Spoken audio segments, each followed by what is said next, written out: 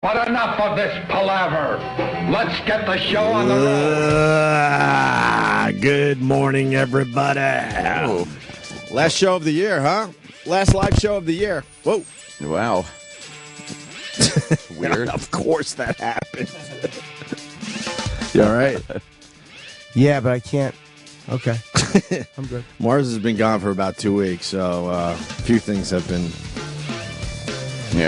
a little messed up. A little amiss. I asked about this screen, I don't know, 5 days ago. Oh, the Iraq screen? Yeah. Is the radio wizard on that? I haven't heard anything about it. Is he even aware? He may not be, no. He's still not aware of that either, huh? The wall thing? Yeah. No.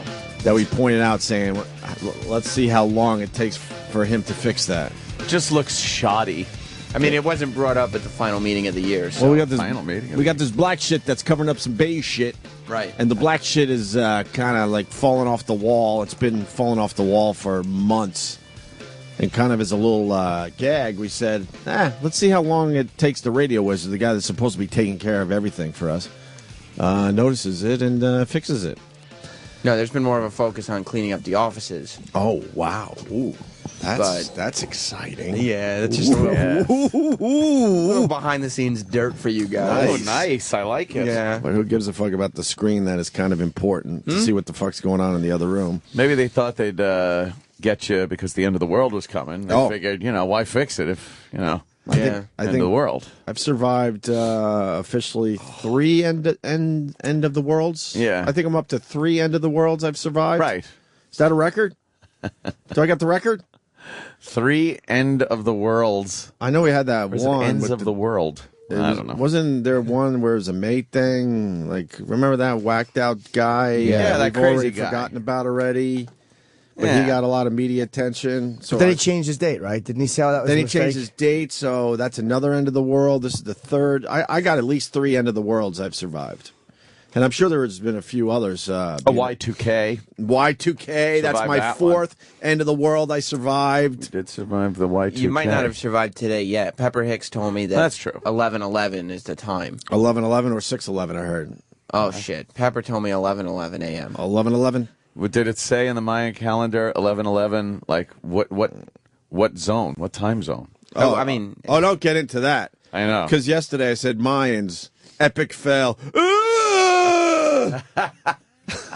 That's what I heard.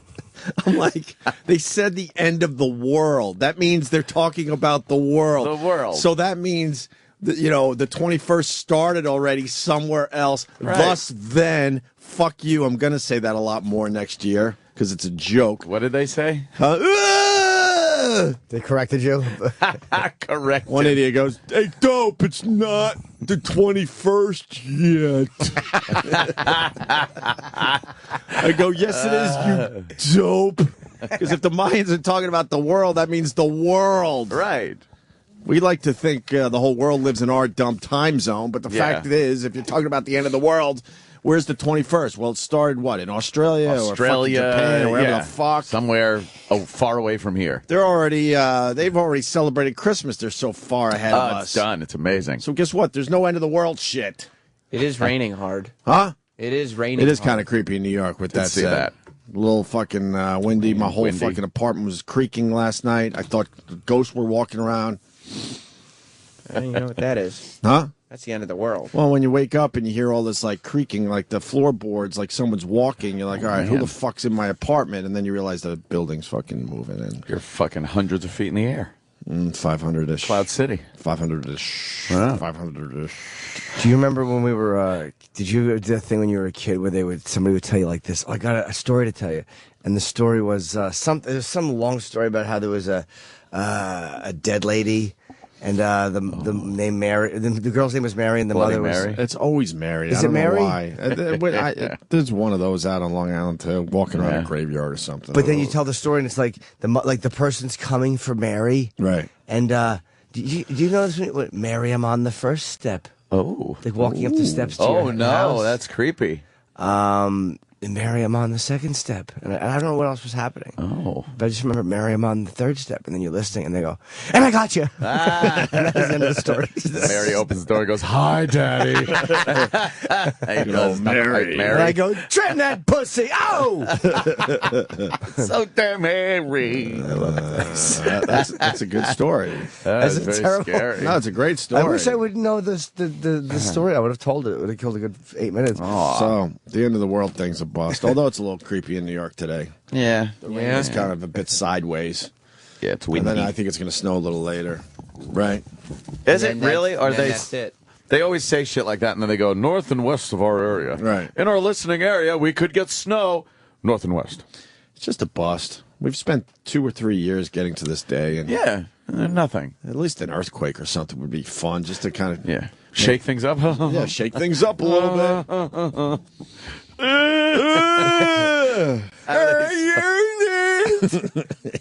How they spell that? That's great. They get so fun. Oh, dopes. They just suck. Oh, Most of you don't, but there are people that just there are really, a few, aren't really need to get a life at this point. my God. Really. Just move on, you idiots. I've had it. Some of these people. Last show of the year, we got Christmas cookies from Sam Roberts' mom. I know. I saw that.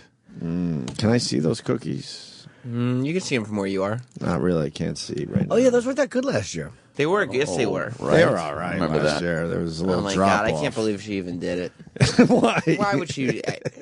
She called me and all. You want me to make cookies for everybody? Oh, okay. should I'll have said drive no. to your apartment. It's kind of creepy because they're like perfect. Of And course she they gets are. like the cellophane, the Right. festive cellophane to put over it, like like you bought that at a store. hand-tied ribbons. Oh, with love. There's Tied some with in there. love. Yeah. What kind of cookies are in there? Yeah. Any Wait. peanut butter cookies? I don't know. There's peanut butter stuff. There's fudge. What do you mean peanut butter stuff? What kind of peanut butter stuff? I said I don't know if there's Is it in peanut a butter cookie stuff. form? I just said I don't know if Or is there's it peanut homemade Reese's? No, is it there's no- Reese's or it's Reese's? Reese's. Reese's. I always fuck that one up too. Reese's. Peanut butter cups. It's Reese, but it's possessive. Reese's. I got a niece named Reese. Yeah, it's her peanut butter cup. Guess what she gets every birthday? Peanut butter cups. She A lot of original people in my family. Very, very funny. bet I'll be the only one. I'll be the only one. I'll buy a giant one this year. I'm doing voices in 2013. Fuck it. Ooh, It's time. a preview. There's some cookies and fudge and pecan tarts. Oh God, And pecans. Pecan sucks. I We don't say mind it a every pecan. year. Pecan stinks. Do you like them in pumpkin pie? No. Pecans. What about pecan pie? I like pecan pie. That's No. little pecan pie. I hate the word pecan, though. Pecan. I hate it too. Pecans in the nut family, right? It's a nut. All right. Well, there's a lot much better nuts than pecan. Not to make a pie out of. You're gonna make a peanut pie. Almonds are better. You're gonna make an almond pie. Regular peanuts are better. What about a good filbert? You can make an almond pie. Or you just make a nice lime pie and you throw some almonds on. And you go, what do you know? What do you think? Pecans suck because they gotta sugar that shit up. They know they suck. Well, they're nuts. They're not sweet. Yeah, but other nuts you could just eat. They're fine. Nuts shouldn't be on anything sweet. I mean, I'm not a nut Except guy. the pussy right Oh, at yeah, there you go, Jim. Fucking right. You're all man.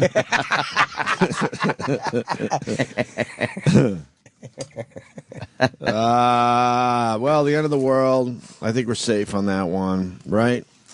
Yeah. Big story though, man. We got a former Olympic track star. Oh, my dude, that was I'm- escorting. Does that make your fucking penis? My hard, heart Norton? is fluttering reading this. Really? Why? It's turning me on so much. To know that she's just a bad girl. Yeah, but she was a $600 an hour girl. I never would have got her anyway. No. Nah, unless I knew who she was, but I would never go for just a $600 an hour girl. That doesn't seem like a lot. Do you have to do a 2-3 hour minimum or something? That's a lot. Yeah. I don't spend that kind of money. Are No. you with an Olympic athlete? But that's what I'm saying. She didn't list herself as that. She was just a pretty girl. Look at her ad. Look at her ass in the post. Great legs. Look at this. That was her ad. The top. How fucking I know, but her hot is face is that? a little rough. She didn't show her face in the ad. Yeah, well, good for her. Or she would have been a $200 a fucking hour call girl. Well, she's 44 now too. She's also a little older. Some saying she won a gold medal. I don't think she did. No, I never heard of her. Well, then MSNBC fucking had the wrong info as I'm sitting here wow, today. go figure. The Daily News on your market said ho. Oh, nice. You can see on the cover they got her little ad in the bottom there. Right. I'm all over this All one. sexy and shit. And look at her cooking. She had like a cooking thing she did. That's what turned me on, is the fact that she probably had this. She probably has a nice pussy, nice Olympic pussy. What do you think that's about? She's saying that Her husband knew. Yeah, and her husband was trying to make her stop. Her husband knew, but he wasn't into it. He wasn't one of those guys. Wow. I don't know, because why would she do it? I don't buy that the husband wasn't into it. I think that she's protecting him. Maybe they needed the money. Screw the Olympic legacy and Nike commercial. I was a $600 an hour call girl. Wow. Dude, this is driving me berserk, this story. Susie Favor Hamilton, a 3-time U.S. Olympian in middle distance running. Middle distance is it's that weird distance. It's I don't know. Whatever. In the middle? Yeah, it's about. It's like those 10-mile races and stuff. Yeah. No. I think it's like whatever. Who cares? Spent the last year working as a call girl for Haley Heston's private collection. It's a premier escort service based in Las Vegas. 44-year-old wife and mother used the alias Kelly Lundy to snuggle with men in swanky hotels from Los Angeles to Chicago. And we couldn't. You want me to read every single? How word? much was she? $600 an hour. $600 an hour. And Jimmy, is that a lot? Treat yourself. If I knew, no. If I knew it was her, way higher, I mean, right? ever. You've never treated yourself I to have. like a No, real he's done high-end one? $600. I've done more. He's talked about it on the show. Yeah, I did 1,000 once. Oh, What'd you get for What 1,000? does that get you? It was just a woman who I had really wanted to fuck, and I did. And she wanted normally more. She normally goes for more. Oh, you got a discount. I think I got like $500 off. Look at you. How long you last? Not that long. $1,000. No, fuck, man, not a long time. But it was hot eating her, going down on her and fucking. But this was one though. That's something. A quick 1,000. I said to myself. Did you regret it as soon as you came? No, because I held out and hadn't done it in a long. Like I never did it. I wanted to with this one, and I just didn't for like a year and a half or 2 years. I'm like, no way. And then I'm like, fuck it, just do it once, and I did. I would love to do it again, but it's been a long time since I've done it. I mean, I don't remember how long it was. It's just something. Was she hot? Yeah. She had to be hot for 1,000. And her body right? was just these long legs, juicy. Like she was fucking. She's a real escort. Like escorts like that are so much. There's a different vibe to them.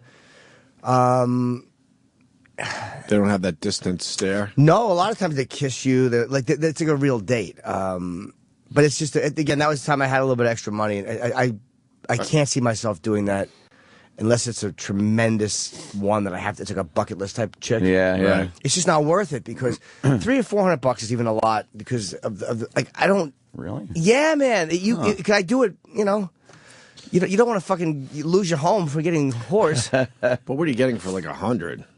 I wouldn't do that. I honestly wouldn't. You getting 200?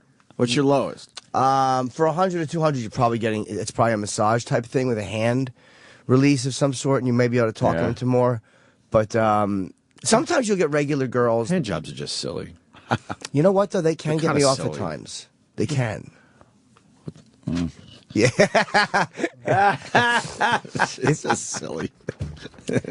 A good handy. The twist. I like a soft hand job. Like I don't like it when they do it too rough, because they saw it in a movie. Like some of the girls I've gotten it from, they'll like touch your balls lightly and slowly jerk you. Like Yeah. there are girls that really know how to just Oh yeah, milk I've seen your dick. videos. They're amazing.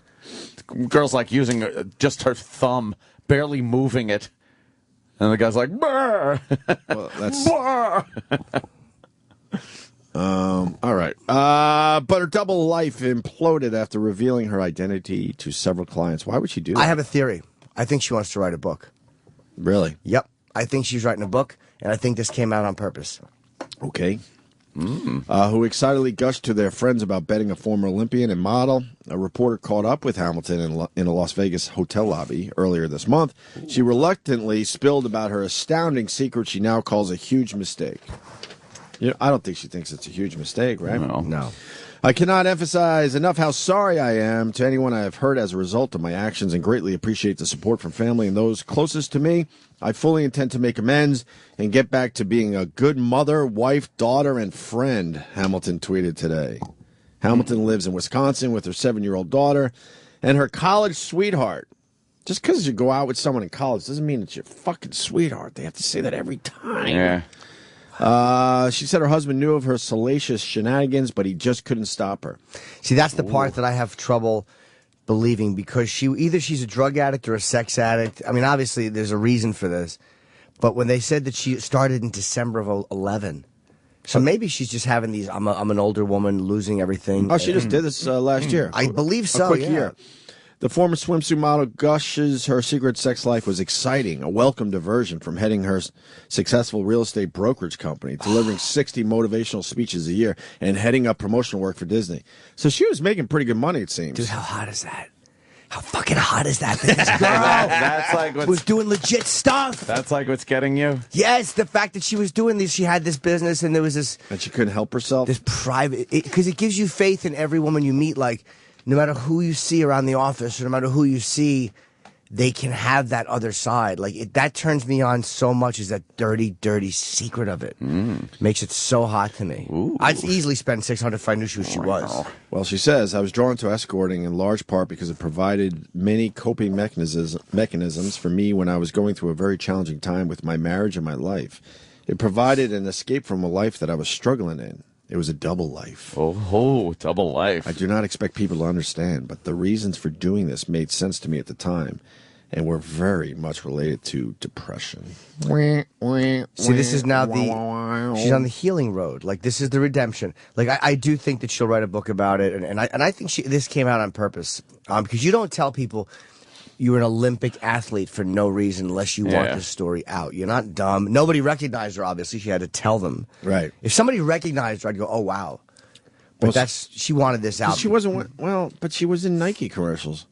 And she's one of the most successful female athletes in NCAA track and field history. Oh, dude, you're just driving me crazy. I just want to. She was an amazing college athlete. She ran in the 92, 96, and 2000 Olympics. But I don't think she medaled. I really don't think she medaled. Yeah, she minded her own business, which I respect. But she claimed her life turned sour after suffering from postpartum depression following her daughter's birth in 2005. Hamilton said she also struggled with her brother's suicide a year before she sprinted in the 1,500-meter final in Sydney. She said she threw the race once she knew she couldn't score a medal. Horrified she could not honor her brother's memory. So this all leads to hooking?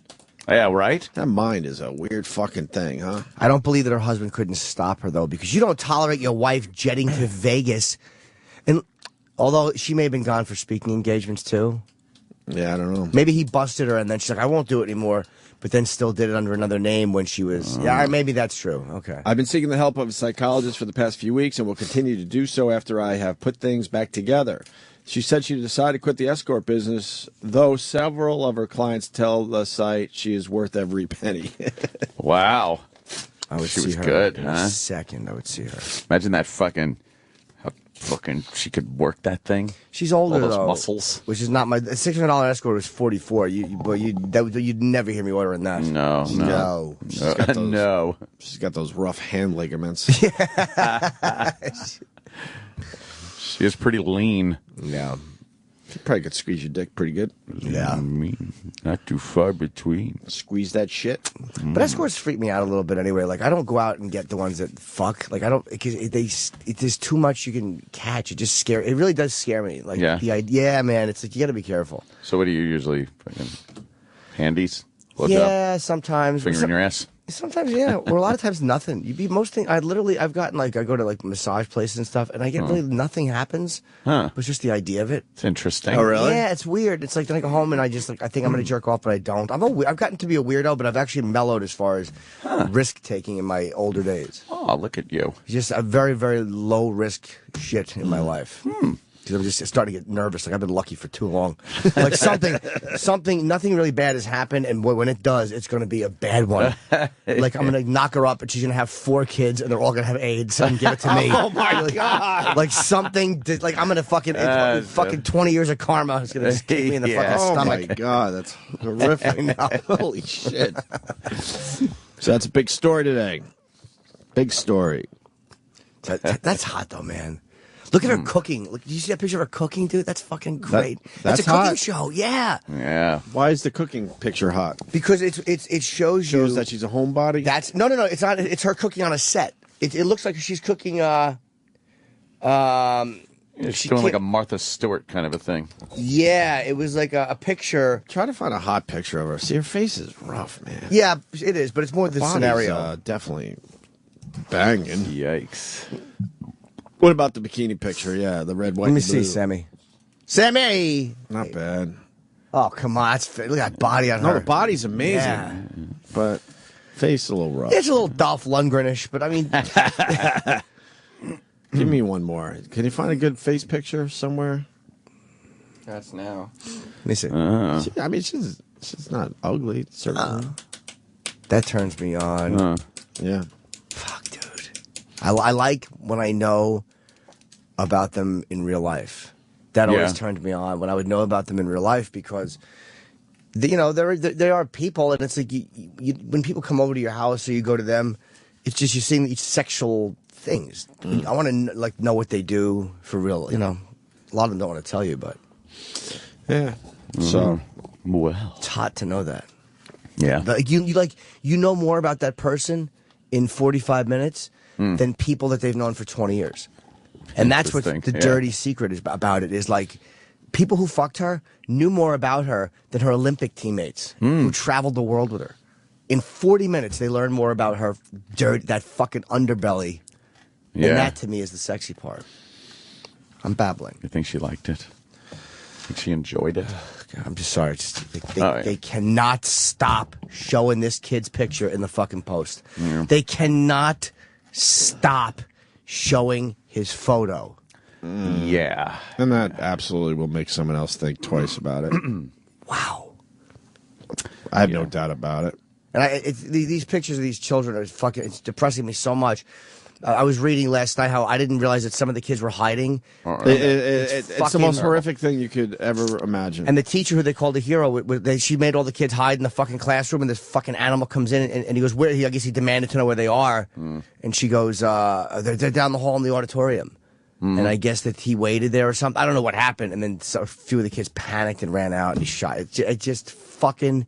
It's terrible. And they just keep showing his fucking face, and it's really annoying me. Creep. And the media has no responsibility as far as that goes. And that's where guys like... I mean, Piers is demanding, people answer his questions, but I asked a simple question to that guy, The media has a much bigger part of this. Look, man, I said it the other day. Games. If you know more about this kid than Mick Jagger, it's absolutely a problem. Yeah. We live in a culture where everybody wants to be famous. Every single person wants to be famous. That's why Facebook, Instagram, Twitter, and the rest of them are just taking off. Yeah, it gives you because a everyone's forum. getting a little taste of fame. Yeah. Of course, this influences others.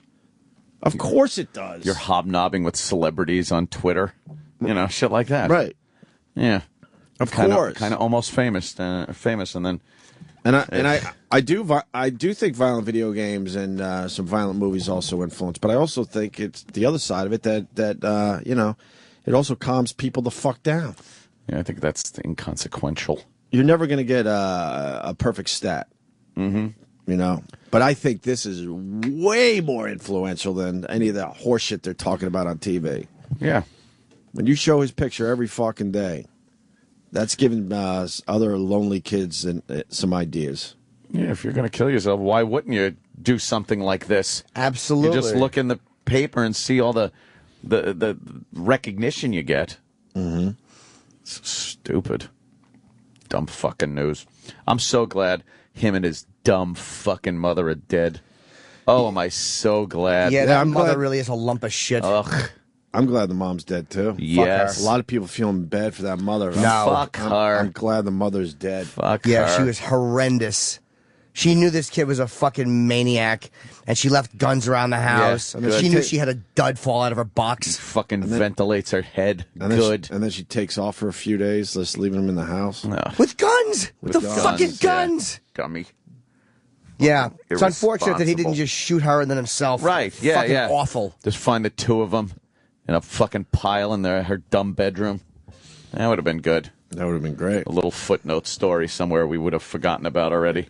I don't know. I saw more 6 and 7 year olds yesterday. I can't look at 6 and 7 year olds. Sure. It goes right to the fucking pain you feel Yeah, it's about terrible. this thing.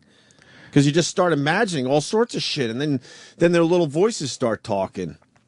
Because that was the age, 6, 7. See them every day. They were walking out of a school yesterday, and it drives me insane. It's terrible. It's horrendous. What are they doing today? A little moment of silence or something? Is that it? Ringing some bells. Got some bell ringing today. What are we doing? I reckon. Yeah, doing something like that. And then the NRA, I guess, has a statement at this morning. What time are they doing that? 10 something, 11 something. Oh. I know I don't know. I know the media is also trying to spin like positive things coming out of this. There's absolutely no positive. Zero positive. Yeah. None. They're showing 26 Christmas trees. That's all nice and well and good, and maybe it helps the family slightly. I would say ever so slightly.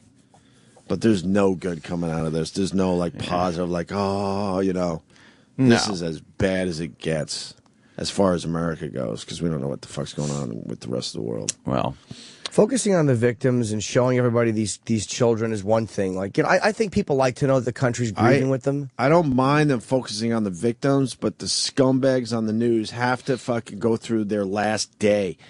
What purpose does that serve? Yeah. Yeah, it's just fucking. The one father's going, she was learning Portuguese, and we did a little Portuguese back and forth. See, I know this shit. I do watch. And then she said, goodbye, Daddy, love you in Portuguese, and that was the last I ever saw her. I'm like, geez. do we really need to know what her last day was? That's horrendous. Yeah, it's terrible. Talk about everything else about her life. Yeah, it's just awful. Awful.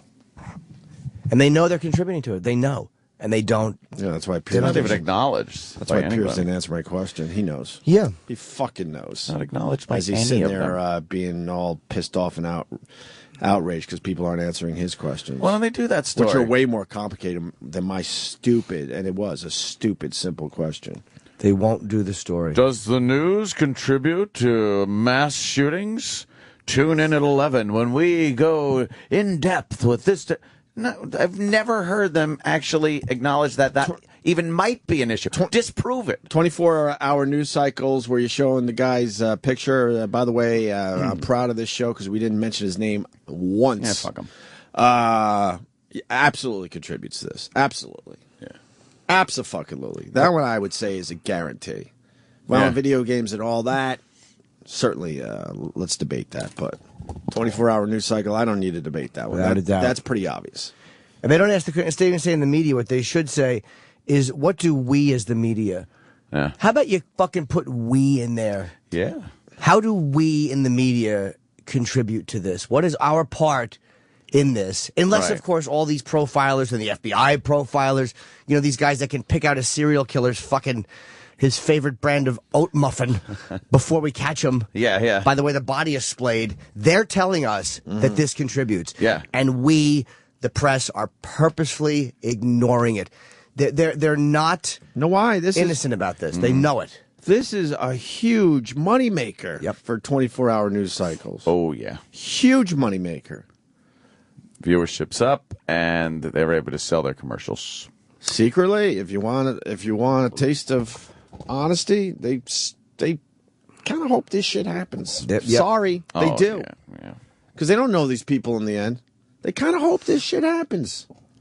They love big news, regardless of what it is. Right. That's their bread and butter. Oh, well, that's outrageous. Is it? Is that outrageous? And they don't even know it. They don't even admit it to themselves. Like, they never have moments where they go, hey, I'm glad this happened. Yeah. They don't say it, but it is the way they behave. They know. They walk around those places and they look at each other like, here we go.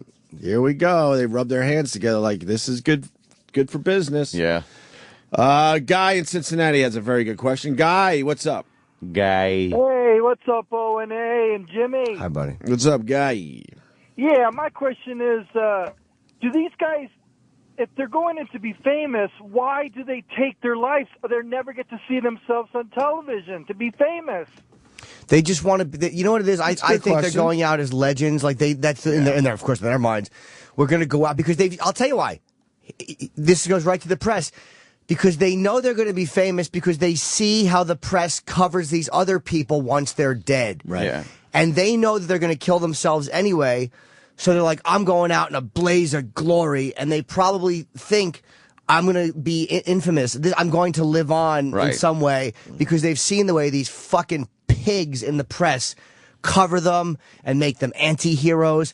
If it wasn't for that, if they just did a quick blurb on them and said the shooter or whatever, and they concentrated on what an outcast he was, not a maniac, but a lonely, fucking socially worthless outcast, they might not do it. You know how pathetic they are? They're now talking to the kid's barber. What? The guy that cut his hair. Jesus. There's a whole interview about that. That's fucking ridiculous. I'd love to know the revenue and the stocks that go up for CNN and Fox during these tragedies for this week long. Just how much more money is made? Well, basically, it breaks down to this because it happens in radio. You get a lot more viewers because of the big event, and then they could sell ads based on that down the road a little bit. Well, thanks, guys. And Jimmy, if you're ever in Cincinnati, I can hook you up with some $20 crack horse. Thank you, sir. All right, sir. Nice Thank offer. you. Yeah, you don't need to be Generous. hooked up with them. Just point them out. I can take care of the business myself. He's really helping you out. Yeah. Thanks.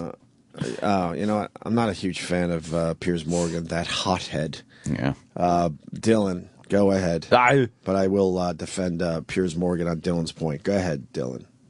Hey, what was Piers Morgan thinking when he told the rifle guy or the NRA guy or whichever? I can't really remember exactly what he was doing on there, what that guy's title was, but what was he thinking when he told that guy or asked him the question of, oh, so you enjoy seeing this happen, or you gun people like seeing this happen? What was that all about? Like, what kind of explanation was he expecting there? Like, nobody likes fucking seeing this happen. No, it was just. I thought you were going to talk about his tweet where it was very sarcastic. Yeah. But everyone tried to make a big deal about it, like he meant what he tweeted. What did he say? Someone basically said, do you enjoy what happened or whatever? Right. He goes, yeah, of course I do, or something like that. Jesus. And it was obviously he was being completely sarcastic. Yeah, I hear you there. Well, that's just Piers being a hothead. I thought you were talking about the other one. So, yeah, of course, that's a loaded. It's called a loaded question. Uh-huh. Okay. Of course, the guy doesn't, like what happened. Yeah, Jesus. Piers Morgan's a piece of shit in my mind. He's a hothead. He's very easy to get to on Twitter. It's a lot of fun. I see everyone else get to him as well. It's fun. Yeah, did he actually respond to your questions and stuff? Because I saw you tweet. We went back and forth for a couple hours. Then he gave me some weird answer that had nothing to do with my question. But since then, I've seen other people get to him with just really easy tweets. Yeah. Well, that's the thing. You couldn't get to your question, or you couldn't answer your question, just like you couldn't answer half that guy's questions he was asking him. That guy was making Piers Morgan his bitch for sure. Piers was a very unprofessional as far as an interview goes with that guy. He was just calling him names, taking his You're point. stupid. Yeah. The guy was making such valid points, and Piers was just... Oh, all right, well, whatever. Thank you, sir. And Piers was just... totally just saying, what you're saying is shit, and you're stupid, and... That's not how you interview somebody. No, and it's an emotionally really brutal issue for everybody. Exactly. And one thing I like about Piers, even though I think that is unprofessional, is at least name? Yes, because I like to stand on the end. His imports are marvelous. I like to look too. I also Piers at times. But at least, he really believes what he's saying. Like he's. I'm not going to say coming from the gut. But I don't think he's being a phony. Like, I think that when you're allowing your emotion to come out that much as an interviewer, I don't think it's good. I don't think but it's good I will say at least he's not being a complete fraud. Like, he really thinks this. Yeah. Otherwise, he wouldn't get so hot about it. Yeah. I always find it weird when somebody from England, or especially the Canadians, are chiming in a lot about this whole thing. When they start jumping on with their viewpoints of what should happen in this country, when they really don't completely understand what it's like to not only be an American, but understand our rules and our rights and the Constitution. They just don't seem to... How long has Piers been in America full time? Odd. since I'm the not show sure. started, right? I'm not sure. I don't think he really lived here a lot before that. No. So you get this emotional thing that kind of, kind of pushes the facts and all the other things out of the way. You can't just say, oh, well, there's no need for guns or anything. Well, you know what? The Constitution has spelled out that there is a need, so, you can't just emotionally say get rid of them. You know what? Because what you just said is why the rest of the world hates us. Yeah. In that moment, like, you know how annoying it is just to have somebody from Canada or Piers or England commenting on our country? Yeah. All we do is put our nose into everybody else's business. Oh, I do understand like, that. Can you imagine having fucking foreign soldiers on your base, or on your land, or your fucking, the U.S. government always poking. Are we poking our They're always schnozzle meddling. and Nosy thing? Ant USA. That and the rest of the world would hate. That's why they hate our guts. Because we're always in. Like, I get annoyed when they comment on our fucking culture. It's like, go fuck yourself. I do kind of feel like we're, you know how in the bad neighborhoods the police are always looked at like the bad guys and they throw shit at them and shoot at them and things like that. Yet they are the people that are calling the police most to fix their shit. That's how I think the United States is viewed in the eyes of the world also. Oh, you guys are assholes, you're pieces of shit. And then the second something happens, they're like, help! Obviously we stick our nose into places we shouldn't. I understand that. But then don't fucking go yelling for our help when shit happens in your country. I agree. Yeah. I agree. Nothing's going to be solved. Yeah, well, we'll see. Like I said, the NRA is going to speak this morning. We'll see what time they're speaking. I'm not sure. I think this morning sometime 9, 10, maybe even 11. I'm not sure. Let's see what they have to say. And then Andrew Cuomo is talking about some really strict new gun control measures for New York State. The Bloomberg as well. Yeah, which already has really strict gun laws. There's still an assault weapon ban in New York.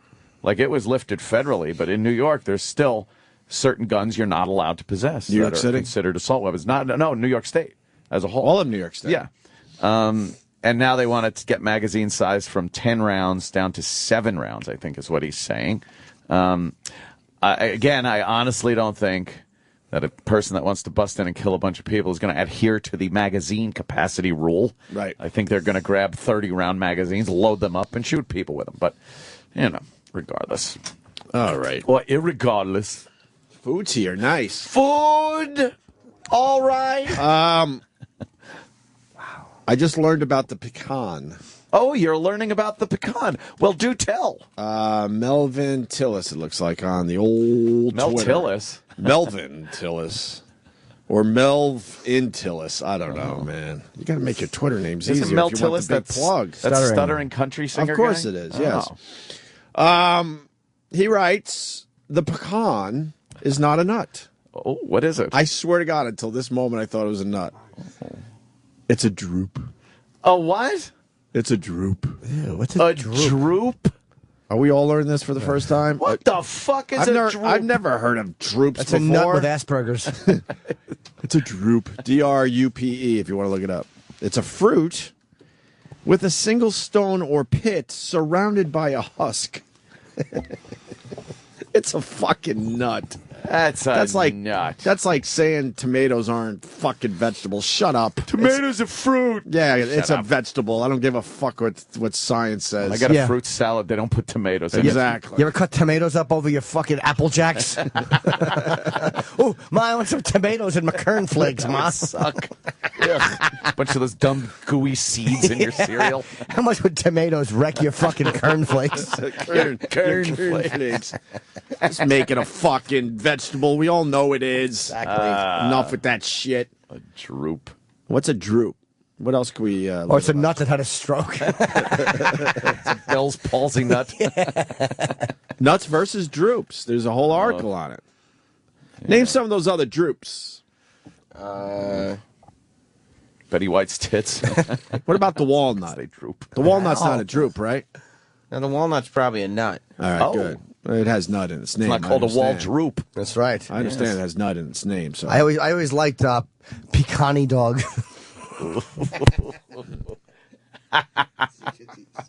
Seekers. My mic stay on. Oh, what happened? Is my mic on? No. I turned Is the off plug and out? moved it.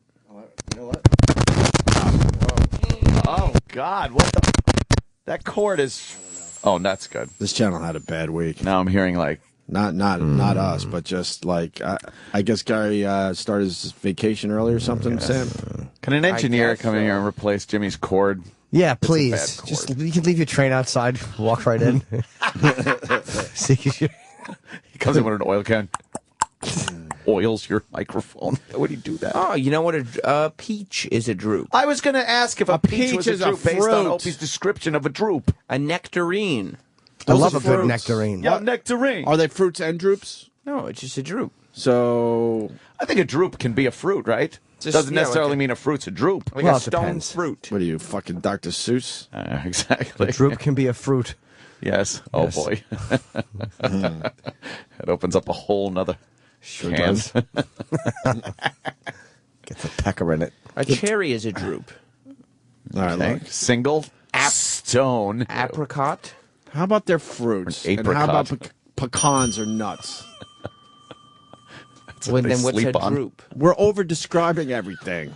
There's two things going on here. Two shows, one time. Enjoy. Yeah. I missed out on something really good, obviously. Oh, it was just terrible. Oh, God. A single stone with some juicy goodness around it. Right. Right? Right. Those are fruits. Droops. Stop. Use our time better than over describing everything. Brendan in Westchester. Brendan. Ooh, Brendan. Hi, guys. Long time, first time. All right. Well, you might find it interesting that a peanut actually isn't a nut. It's a legume. I know. Everyone knows that. Oh, okay. Well, did you know that a banana is actually a berry? Oh, it is Stop not. with this not a berry. shit. A So's banana- Fred. And Marvin. And Boysen. It's not a berry, sir. Oh, really? So you have like blueberries, strawberries, blackberries, and you throw in the other berry, which is a banana? Shut up. Doesn't work. Sorry. No. Call him with your favorite troops. Why is it a berry? Why is that guy gone? What the fuck? You can't leave us hanging. Why There's is always the some- banana a fucking berry? He meant always some- B-U-R-Y. There's always some dumb fucking technicality of how it grew, Right. or that it came from a blossom instead Yeah. of this or that. Yeah, Bullshit. exactly. Did you know that Melba toast is technically a plant? Shut up. It's not. Let's go to Jamie. Jamie. Oh fuck! I got more coffee. Go ahead, Jamie. Are you crying? Nah, I got a sore throat here. Hey. Remember Van Halen was going to take a little break, and we said, "Yeah, right." Yeah, they'll be right back, won't they? Go ahead, Jamie. Hey, the cashew is not a nut. All It's right. The cashew? Of a fruit. The cashew fruit. Oh, okay. I'm very serious. How about the coins you? That's what Mama wore on her feet. Cashew. Mama Cass. Cashew. Oof. I was just asking what Johnny wore. on his Johnny. feet. Oh, cashew. Well, that's what you do with your chick. Cashew check. Get it? Fucking terrible wordplay jokes. Horrid. Wow. It's going to be a long fucking 4 hours. 4. We're down to 3. I'm watching. Trust me. I'm dragging my broke leg across the fucking end of the year finish line. Our ass is gonna be raw after all the dragging we did today. Oh, come on now. Huh? Again. Okay, now it's good. So basically, I have to sit here. If I move forward, Yeah. Ooh. That's a bad chord, definitely. That sounds good. Hello, Amelia Earhart. Do you hear us? Amelia Earhart, please come in. Oh, Jesus. No? Ooh. Oh. well, are there any engineers working you go. today? Yes. Yeah, someone's going to fix it when we take Okay. a break, but we haven't broken it. Right. Fudge is good. Fudge is good. I blame. No, you packed it. I blame Gary, the radio wizard. You do? Yeah, I'm gonna blame him right to the end of the year. He's the radio wizard. Has to be a twist. Fix this fucking black thing. Oh, Jesus. That's fucking falling It goes off the back to his wall. childhood. Oh, boy. Hey, I The got song goes, ever since he was a young boy. Yeah. something. I want to go. I want to play going in a break. Ooh. Yes, I do. The story of the droop? The story of the droop. Cookies are good. Is your mic working? Yeah, it's good. But you know what it is? I have to leave it here, so I have to lean forward. Like now, if I you hear that? I just touched the cord that does that. Yeah, and it goes out. Now my mic is out. Yep. Hopefully it will be on soon. Or I will be happy to talk like this. Yeah, just yell the whole show. No, I do. No. Oh. No. There it is. Wow, that cord is fucked. Do people notice that? Yeah, I think they know. Well, do people notice that? Luckily, they really want to make it so hard just to fucking do this show. I'm sure they tested it beforehand. No, of course not. I don't even think they had anyone coming in from Mars. No. Why would you do that? Well, maybe Mars is just doesn't have the value of, you know what I mean? He's just replaced by nothing because that's what he contributes. Could be. Well, it could very well be. Fudge is good, though. Who came in to test the... Yeah, I can't hear you what you're saying. I don't know what you're saying, dude. Who came in to test the equipment today? I don't hear you. Did we have anybody come in today? We did. Okay. And this, I guess, he probably just turned it on and didn't. Why do we have more technical problems than podcasts? I don't know. Podcasts are that's like college radio. It's easy too. Except for a couple that obviously are shining out there. Obviously shining. You know who you are. Not going to mention names because I want them all to wonder if they're the ones shining. But really, in general, that's just like college radio crap. Well, anybody could do it. You're just plugging in shit. Right. And we have this big fucking radio show with shitty equipment. Yeah. Is it working now, Jimmy? I don't want you to be distracted because I had something really good for the break. Damn it. When is Christmas? Go over there. I think it's Tuesday. It's on the 25th this year. Tuesday. I thought it was Wednesday. No. How cute of me. Aw. You want to just switch mics? Oh, You know what there you go. Some fudge? No. Is the radio wizard here so he could fix this? He's not here just yet. I mean, He just assumed everything would be taken care of.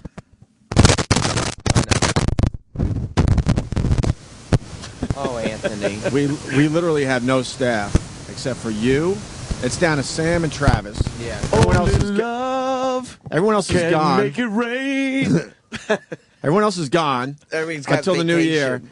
And this dope Gary, the radio wizard. Don't you think he should be here to make sure everything is running smoothly? Considering we're down a lot of people right now. Yeah. I'm not touching it. No. It's just doing that.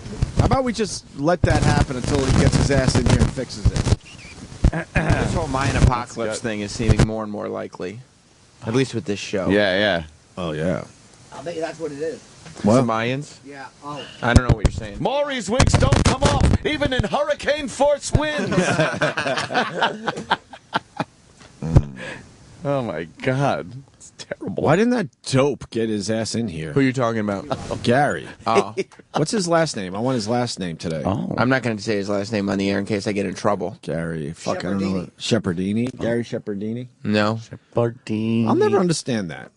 We're obviously down a lot of people with vacation and whatnot. Almost everybody. Everyone's gone except Sam and Travis. Oh, and this E-Rock took idiot a doesn't even vacation fucking. It doesn't. early. It's not even a thought in his mind. Like I should probably be in there because they're shorthanded. It's his job title. Danny was going to be here, but Oh. you know. Well, not if the company has any say in it. Yeah. My goodness gracious. Yes, I can change a mic cord. It ain't my goddamn job. And you know what? We don't have one just laying around. But that's not the point. Right. We could do a lot of stuff. There are people who are paid to Look, change mic cords. Look, I'll Yes. change the mic cord in a second if Gary. Fuck. I just thought we couldn't curse on the radio. Oh, you freaking! I swear to God, I saw I'm you losing like my you mind. went like oops. I'm losing my mind for a second there. I thought. You thought it was fucking 15 years ago. Well, someone asked me recently if I could do a show without cursing. Oh yeah, I think that just hit my fucking head. I can't say right now. They said, could you do the show without cursor? Why? Oh, is it a job offer type of question? Sam, It was Stop here. starting rumors. Wasn't that here? I do remember somebody asking us that. Like a terrestrial thing? But I would say this much. Why do they want you to do the show without cursing? Oh, stop. Are there opportunities? Stop already. Now you're just starting rumors. Yeah, I will take change me that. with you. I will fix that mic in 2 seconds if Gary resigns today. Oh, wow. Because that means we could do his job. That's why we're not doing his job. Well, can we get a final word on whether or not Opie's changing the... That numbskull Who? should be here today, knowing that we're shorthanded. That's how this shit works. Is everybody on Is he vacation? entitled to? Well, I mean, maybe he doesn't want to come in because he knows you'll do things like call him a numbskull. Oh, yeah, Sal's here. Okay, sounds What about Manny? But he's like an intern. He is an intern. He's just walking down the hall. Look at this clown. Who are you talking about? Could be one of 5 people. Sal. Oh. Well, that's good again. Oh. Here's Mars. Mars is on the phone? I think, but someone has to talk to him for a while before we get to talk to him, so I can't pick him up yet. Thank see you. what's going on. Mars. Yo, what's up, fellas? And why does your phone suck? My phone sucks because it's a company phone. What? That's not Mars's phone. That's our mic. Oh, my God, that Mars. mic is horrible. Yeah, Are you all right? I'm all right. How you guys There it doing? is. Wow, you got a horrible phone. What kind of phone you got? It's a company phone. That's why. Oh, well, there you go. It sounds very, hollow. Very school. old school. Yeah. Mars, I'm calling to say that you're very missed, and I want you to come in today. That's great. That's a great request. It won't happen though because I'm not going in. But I will tell you this: I did make sure that I told those people in engineering to have someone and check out the studio like I do on a daily basis. Well, they're not. First of all, since you've been gone, which I don't know, it's been at least a month, I would My assume. head can't take it. The studio's freezing when we get here. Half the TVs aren't on. The little screen that I get to see E-Rock with hasn't worked in days, and no one gives a fuck. Today, Jimmy's mic is horrendous, and we got this little black thing that's falling off the wall. I can't hear you, Yeah, Jim. yeah. And light bulbs are out. What happened? It sounds like you surely missed me, and I appreciate being missed. It's falling off. Hey, Jim. See, Jimmy's trying to use his mic, but you can't hear him right now. Can't hear you, Jim. No. Other black shit is falling off the walls, we're noticing.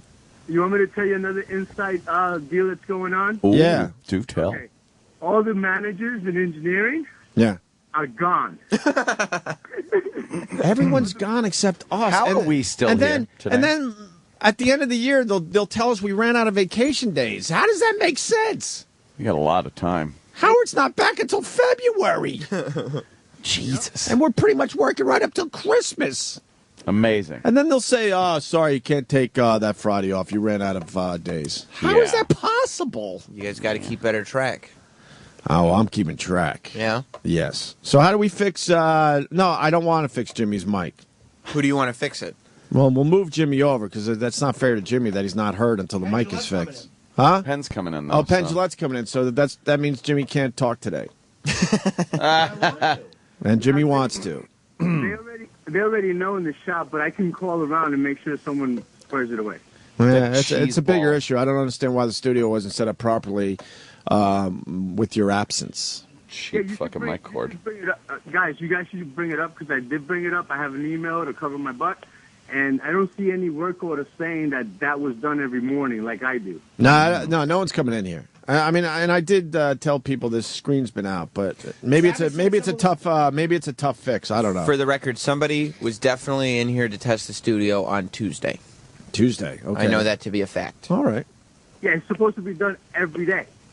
It wasn't done on Monday. Definitely was not done on Monday. No. Tuesday it definitely was done. Yeah. That's all I can confirm. Yeah. This is how we're spending the last show of the year. With crackly Mike Jim. Pretty much how we started the year. Well, sorry, Jimmy, and sorry, guys, but I was forced to take this vacation. So You're forced? Yeah, if they don't use their days, they lose them.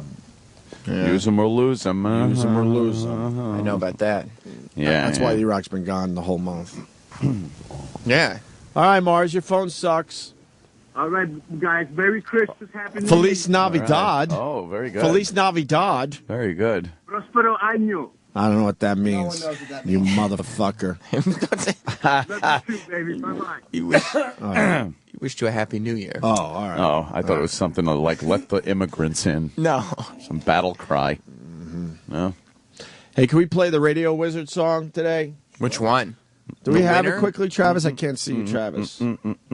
Travis is looking for it. If you give me like 2 minutes, we can get it. Hang on. Sure, why not? You know, we should For have that, Sam for that droop, the Radio Wizard, we're going to go to break with a song. because that little TV screen's done. We should have Sam have to draw a little drawing of what Travis is Like doing we're at in any court? given moment. Yeah, like those court fucking drawings. I'll make emoticons so Yes, you know what yes. emotion is going on. Yeah. In the other Oh, room. he's Travis's winky face. just bored Yeah. face, bored face, bored face. Shit. Yeah, we gotta get him recording there. That's something good to play to break, too. Maybe I could play it after the break. What is it? It's just something. I wish I knew. And who wants you to stop cursing anyway? Will you shut up? Stop starting fucking rumors. Yeah, I want to know who's still. Stop. A lot of mystery. Stop starting fucking Mystery. Ending the year with mystery. rumors. We got that, Travis. I wonder how quickly someone's going to come in and fix Jimmy's mic once we Immediately. Once we go It'll off. be a quick fix, but that's not the point here. Opie, can you see if Travis is looking for it or not? No, I cannot. If Why? I'm looking for the Radio Wizard thing? Yeah. Sal's getting the disc. Okay. Louder. Oh boy, this is going to take. Oh, too yes. Sorry, guys. Oh, yes, Can and you hear I can turn Jimmy's mic off. Absolutely, I can. Why would you though? Yeah. I want to make it hurt for the Radio Wizard. Exactly. Oh, I thought that was help arriving. Everybody notice Sal's mustache? Everybody? Oh, hey, there you What go. is that? What'd you say, Jim? What is that? You don't like it, Jimmy? No. It's terrible. Look like a fucking asshole. You look like a fucking asshole. Why the that's great. Why the mustache? Yeah. Looks like you drank chocolate milk. Oh, Jesus. I don't know. I felt like growing one. Let me see it. Yeah. But didn't you not grow one when we asked you to? Right. Yeah. But now you feel like growing one, so you're growing one? That's I feel like that's changing hipster shit. That is Can hipster. somebody ask Errol Flynn why he's supporting that look? It's a great joke. It is a great I joke. wish it That- had been shared with the I audience. no Can't really kidding. hear it. All right, we'll play this for that droop, Gary.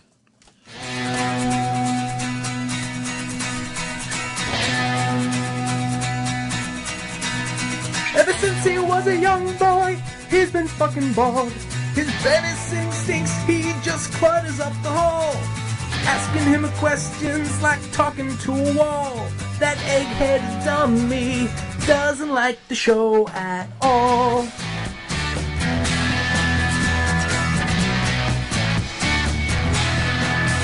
He's the radio wizard, but doesn't know shit. The radio wizard is such a stupid twit.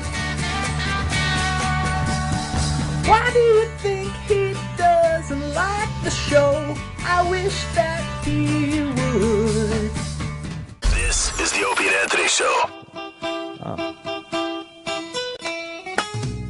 Grandma got run over by a reindeer walking home from our house Christmas Eve. You can say there's no such thing as Santa, but as for me and Grandpa, I believe Oh, she's rocking. she been drinking too much eggnog. Oh. And she we'd left like me to on knock the to counter. Oh, drunk mother.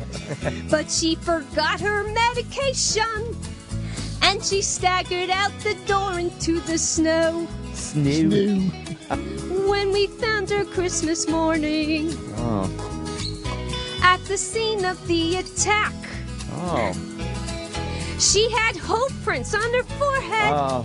And my foster father incriminating stuck it marks in my on her crack. back. Grandma got run over by a reindeer walking home from our house Christmas Eve. Oh. You can say there's no such thing as Santa. Through my But as tiny for me eyes, I and watched my Grandpa, mother we leave. Oh, is that me? Oh, what happened? Now we're all so proud of Grandpa. He's been taking this so well. Oh. See him in there watching football, My drinking beer uncle and said playing he'd kill cards me with if I Cousin tell. Mel. Grandma got place without Grandma. All the family's dressed in black. And we just can't help but wonder, should we open up our gifts or send them back? I want to open them. Grandma got run over by a reindeer. Nice. Yeah. Walking home from our house Christmas Eve. You can say there's no such thing as Santa. But as for me and Grandpa, we believe. One more time, everyone. Oh, there's more. Now the goose is on the Counter. table. Oh, shit. And the pudding made of fig. Uh-oh. And the blue and silver candles. That would just have matched the hair in Grandma's wig. I've warned all my friends and neighbors. Better watch out for yourselves. They should never give a license to a man who drives a sleigh and plays with elves. Oh, look out. Grandma got run over by a reindeer walking home from our house Christmas Eve. You can say there's no such thing as Santa. But as for me and Grandpa, we believe. Sing it, Grandpa. Oh. Grandma got run over by a reindeer. She kicks it up. Walking home from our house Christmas Eve. She looks like she's going to pass out. I know. You can say there's no such thing as Santa. But as for me and Grandpa, we believe. Merry Christmas. Oh, that's a good one. Thank you. Sirius XM. The Opie and Anthony Show.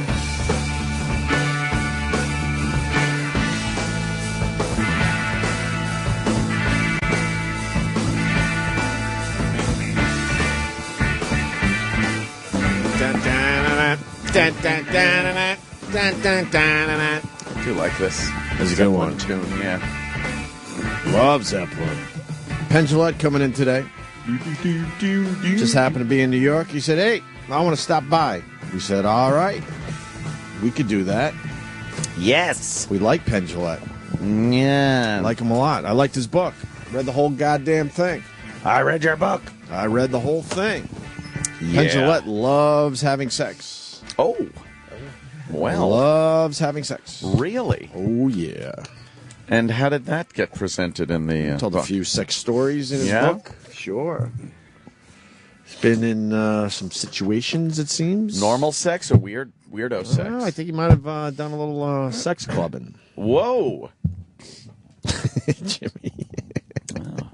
How is that, Jimmy? Is We it working? fixed Jim Norton's microphone. Sounds much better now. Yeah, I was out for a bit. No, I'm back now. It's Nice. great. Now you got radio voice. That's a new chord. Yeah, it's the new me. The cookies are gone already. Yeah, they're delish. Cookies. There's still a bunch. What? There's still a bunch. Piece of shit. Not half of them are gone. Treat yourself, Anthony. I don't like any of this garbage. You haven't even tried any of I it. like store-bought cookies. They look store-bought, These though. are better. These are like specialty cookies. Yeah, there's actually love in them. Something that you're missing from your life. She puts one of her pubes in each one. Oh, yeah, that's right. Why don't you have a piece of fudge? The fudge is probably good. I had one pecan and one. Oh, have mercy. The Cookie. fudge is delish. No, I Goes can't. right to my thighs. No? No, I Why can't. is that? I'm trying to eat better. Well, you got something to I look lost good a for? few. I lost a few pounds. Ah. Just a few lbs. Is this related to, is this a television thing, the no cursing thing? Television thing. Damn, And all of a that'd be sudden you want to really- make sure you look good. That'd be really nice. It's very mysterious. Mysterious. Oh, Jimmy. Why don't you use a tissue over there? Anthony, Napkins are very abrasive. Have a treat, Anthony. You'll feel better. No, I'm not going to have a treat. You need some sweetness. Nah. You guys know Steve Wozniak there? Steve Wozniak. What do we know about Steve Wozniak? Started Apple with Steve Jobs. Started Apple with Steve Jobs. You're absolutely right. Yes. I just read his book. Oh, yeah? Yeah, it's a fascinating read, man. You know, apples are actually considered beef. That's what I tell you. Man, I didn't see that one coming. Oh. So, yeah, Steve Wozniak started the old Apple with Steve Jobs. Ooh. And in this book, he talks about the creation of the chip. What's that? Oh, no. Yeah. Oh, no. The microchip, I would say. The microchip. And how it's changed the world. Yeah. Yes. Probably the most amazing invention that has changed the world more than I think anything else. What would that be? The microchip. What's that? What's that? I brought a little excerpt from his book. Thank you. I brought an excerpt from his book You because I did? think it's very fascinating. Good. Yes. Experts are important to hear them talk. No, excerpt. Excerpt. You're saying it wrong, stupid. Cocksucker. Fuck you for Christmas. Chip Voss. What's that? The beauty is, you know, you can read books. I read books, and then you go, wow, that was fascinating. Now I go find the audio book. We do a radio show. Now I could bring the part of the fucking book in. Book on tape? To play for everybody. Whatever they call it these days. Yes. My mother slapped me in the face one time for reading. She goes, "What are you, uppity? All of a sudden you missed the big pants." So I brought in this little part of the book, Steve Wozniak talking about the microchip. What's that? That changed how we all live. He was talking about what? Don't get him going. We all know what it is. Yes. It's the micro wafer. Micro wafer. Exactly. Here's Steve Wozniak.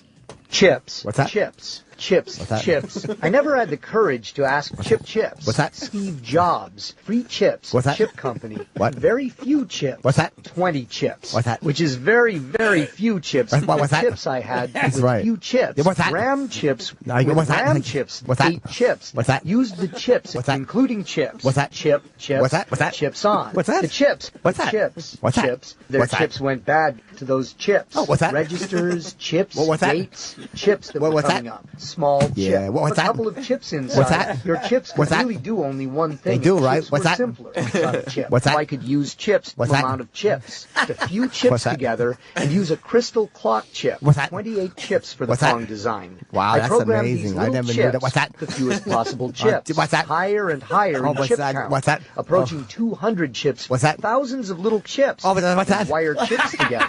Steve would wire the chips together. What's that? Connecting chips Well, with what's that? wires, chips, Wires, and chip- everything. what's a chip? He took a What's- normal digital chip. What's that? A chip that works What's that? with ones and zeros, What's that? not waves. And you spun this chip Oh, what's around that? with one little digital That's chip. pretty- The what's whole that? thing used 45 How did you chips. do that? What's that? They were paying us That's based really on how good. few These guys are chips very- I what's could that? do it in. Really Talking brilliant about to put that kind of stuff microprocessor together chips. because that was Only that- now all the CPU I don't know how they're parts were doing on it. one chip What's that? instead of a bunch of chips. What's like that? memory I don't know chips. how they're doing this. A CPU It's really on driving one me crazy. chip. What's that? And mine had a This is such a CPU that was knowledgeable on group several of people chips. to put that Or another all processor this stuff like it, together. and some I never memory could have done. chips, What's that? which I really never was could have just done a something glorified like that. bunch It's of really chips difficult. What's that? with just a It's few really chips. difficult. And What's a that? couple of To be other this- chips. What's that? Read-only To be this really memory intelligent. chips. What's that? Chips that hold I their could never do information. something You like get a that ROM because chip, what's all that? the It just seems like it's components really and difficult. What's that? chip It just seems like it's very The chips difficult I to was what's that? interested in. Very difficult The to fact do that this chip because was what's so that? easy to get. I Of can't. what the Motorola chip would What's have that? cost me. Chuck Peddle was Chuck Peddle? peddling Who the the fuck chip. is that? What's that? But which chip? Don't make so no- that what's that? wire It don't make between no chips sense. would What's be that? short. The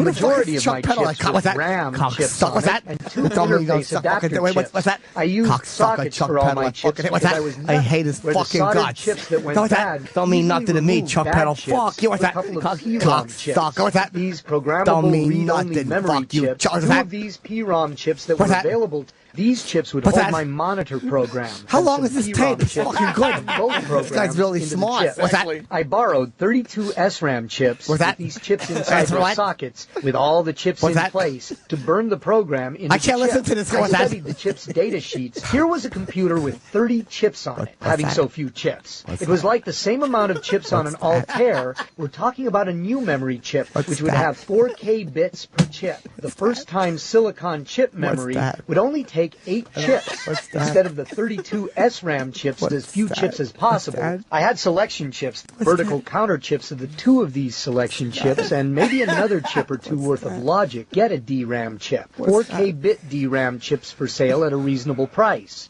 But he got me Intel DRAM chips. I had to add a couple more chips to my computer, but the Intel chips were physically so much smaller than the AMI chips. A smaller sized chip with fewest chips.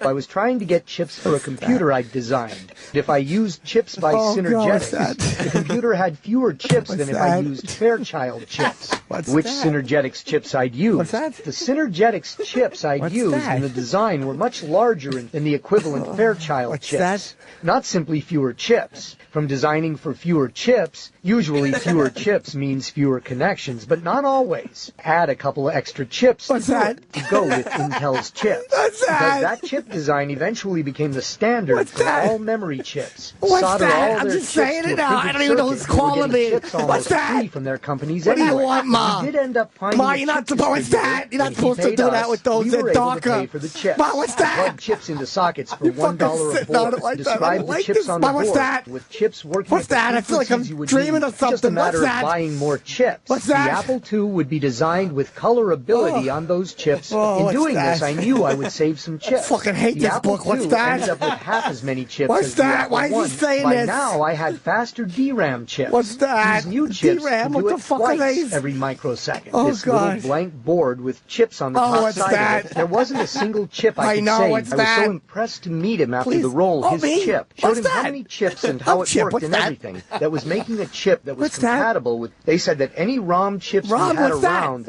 connected to a ROM or PROM chip on the board with just a single PROM chip. The 22 or so chips, What's that? about 20 of them weren't needed. I stripped out 20 of their chips. I did this using 2 chips. What's that? One chip was a What's that? register and one was a PROM. What's that? And saving it to the master 8-bit chip register. What's that? And put in the exact same chips. What's that? And had us add chips What's that? you do have inside the chip. That's what's because that? the chip didn't already have 4-bit microprocessor chip. What's that? Transistors on a chip. What's that? Memory chips. What's that? Wow. So That was fucking good. Let's hear that again. That's fucking great, this guy.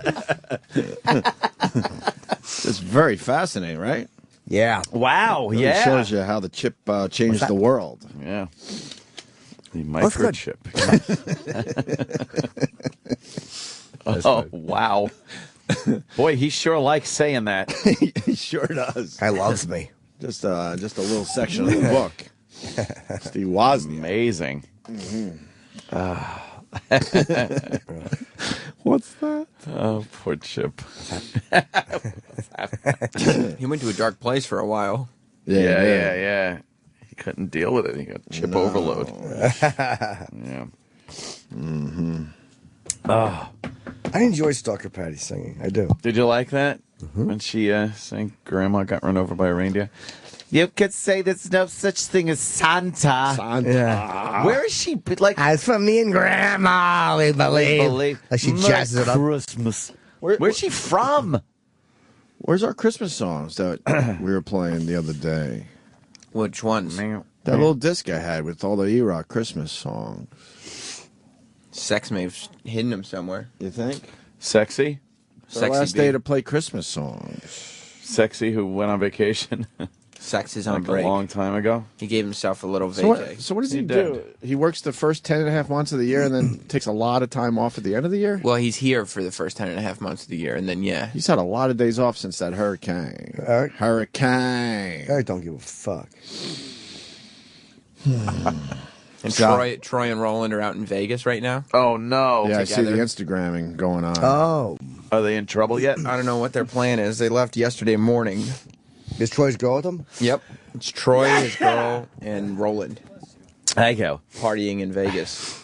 I can hang with Roland or Troy or his girl for that matter, but I would. Ladies and gentlemen, I'm the idiot today. Uh-oh. The songs were right in front of my fucking face. Dang. That's a weird vacation, though. Roland texted me yesterday. He sent me this UFC No, Roland's club going thing. to his parents' house out there in Arizona. Oh, he's Yeah, stopping it's just over. making So like he's a doing a 3-day little, Vegas trip. little Vegas stopover. And Troy joined him. Why? Because Troy has no family? Well, Troy was going to he is going to California with his girl. I think Troy was raised by wolves. You think so out there in PA? Yeah, we don't know much about him. No. I think he was raised by Yeah? wolves. It would make sense. And certainly wolves don't celebrate Christmas, so that gives him the opportunity to kind of do some other shit. I'm going Or to see have a my new holiday. nephew on this weekend, I think. Now that he's 8. No, he's a little boy. He's very cute. Is he? Yeah, he's fucking Can really I see a cute. picture? Sure, he's really cute. How old is he? A few months. A little ahead of my daughter? 3 months, maybe? About that. Is she 3 months already? No, mine's, where are we up to? What happened? 2.5 months. What's the matter, sweetie? I got blow my nose. Oh, okay. Who's my nose? 2.5 months for me. And I think you're a little ahead. Your sister's a little ahead. Maybe 3.5, I'm going to say. Let me see here. Well, yeah, my goal was to kill Chip, but I think he survived it. Yeah. I told Chip that I would take him on, and today was the day, and he might have the victory today. I will go back to the drawing board. I will kill Chip. Oh, I think I'm allergic. To what? Those stupid cookies, right? Oh, my God. Why would you say Adorable. that? Yeah, he's cute, baby. Wow, wee. That's like a mini you. Yeah. You look at the flip. But every baby looks like a mini Jimmy just because no hair. Because they're adorable. Oh, my God. He's cute, right? Yeah, he's cute. That looks like you. That's creepy. There's one picture. I don't know if she wants to like post any of these, but there's one that looks absolutely like a mini you. Yeah. That's adorable. Yeah, very nice. Cute baby. Oh my God! What am I allergic to something? My eyes are itching like crazy, and I'm sneezing. You're like sneezing. Yeah. I have no idea. I think it's an allergy day. It's all that wind blowing shit around. Is that what it is? I just went in the bathroom and this building is creaking. Is it? Yeah. That's all right, right? Fezzi's gonna have a tough time getting up here today. Oh boy! Yeah. Why is he scared of the building? Oh my God! What is he scared of the building? Scared of the building. And then when it's a windy building, When forget creaks, it. Does he panic? Oh yeah, he'll be in panic mode Poor today. Fezzi. He doesn't like going in the elevator, especially on windy days. When you hear like the elevator shaft is like, Well, is it scary? What's he afraid of? Is he afraid of dying or getting stuck in the elevator? He's pretty much afraid of air. Shadows. Yeah, what is Fezzi so scared of? Nothing bad's going to happen. don't know. And if it does, you deal with it. Poor fella. Yeah, You're not going to die in a fucking elevator. What are you going to do, man? They don't crash. Tell that woman that got decapitated that. Yeah, because she was getting on the elevator. If you're in the elevator, you're not. She didn't die in the elevator. She died half in, half out.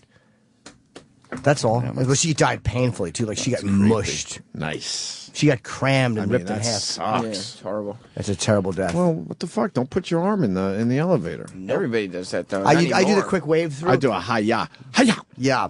I actually just put my leg in, I jiggle it, and I go, hokey pokey! Let's see if they open the Can you door. turn yourself around? Yeah. I love that song. Oh, of course. Well, why don't we play a couple Christmas songs for everybody in the Christmas spirit? Merry Christmas. Oh boy.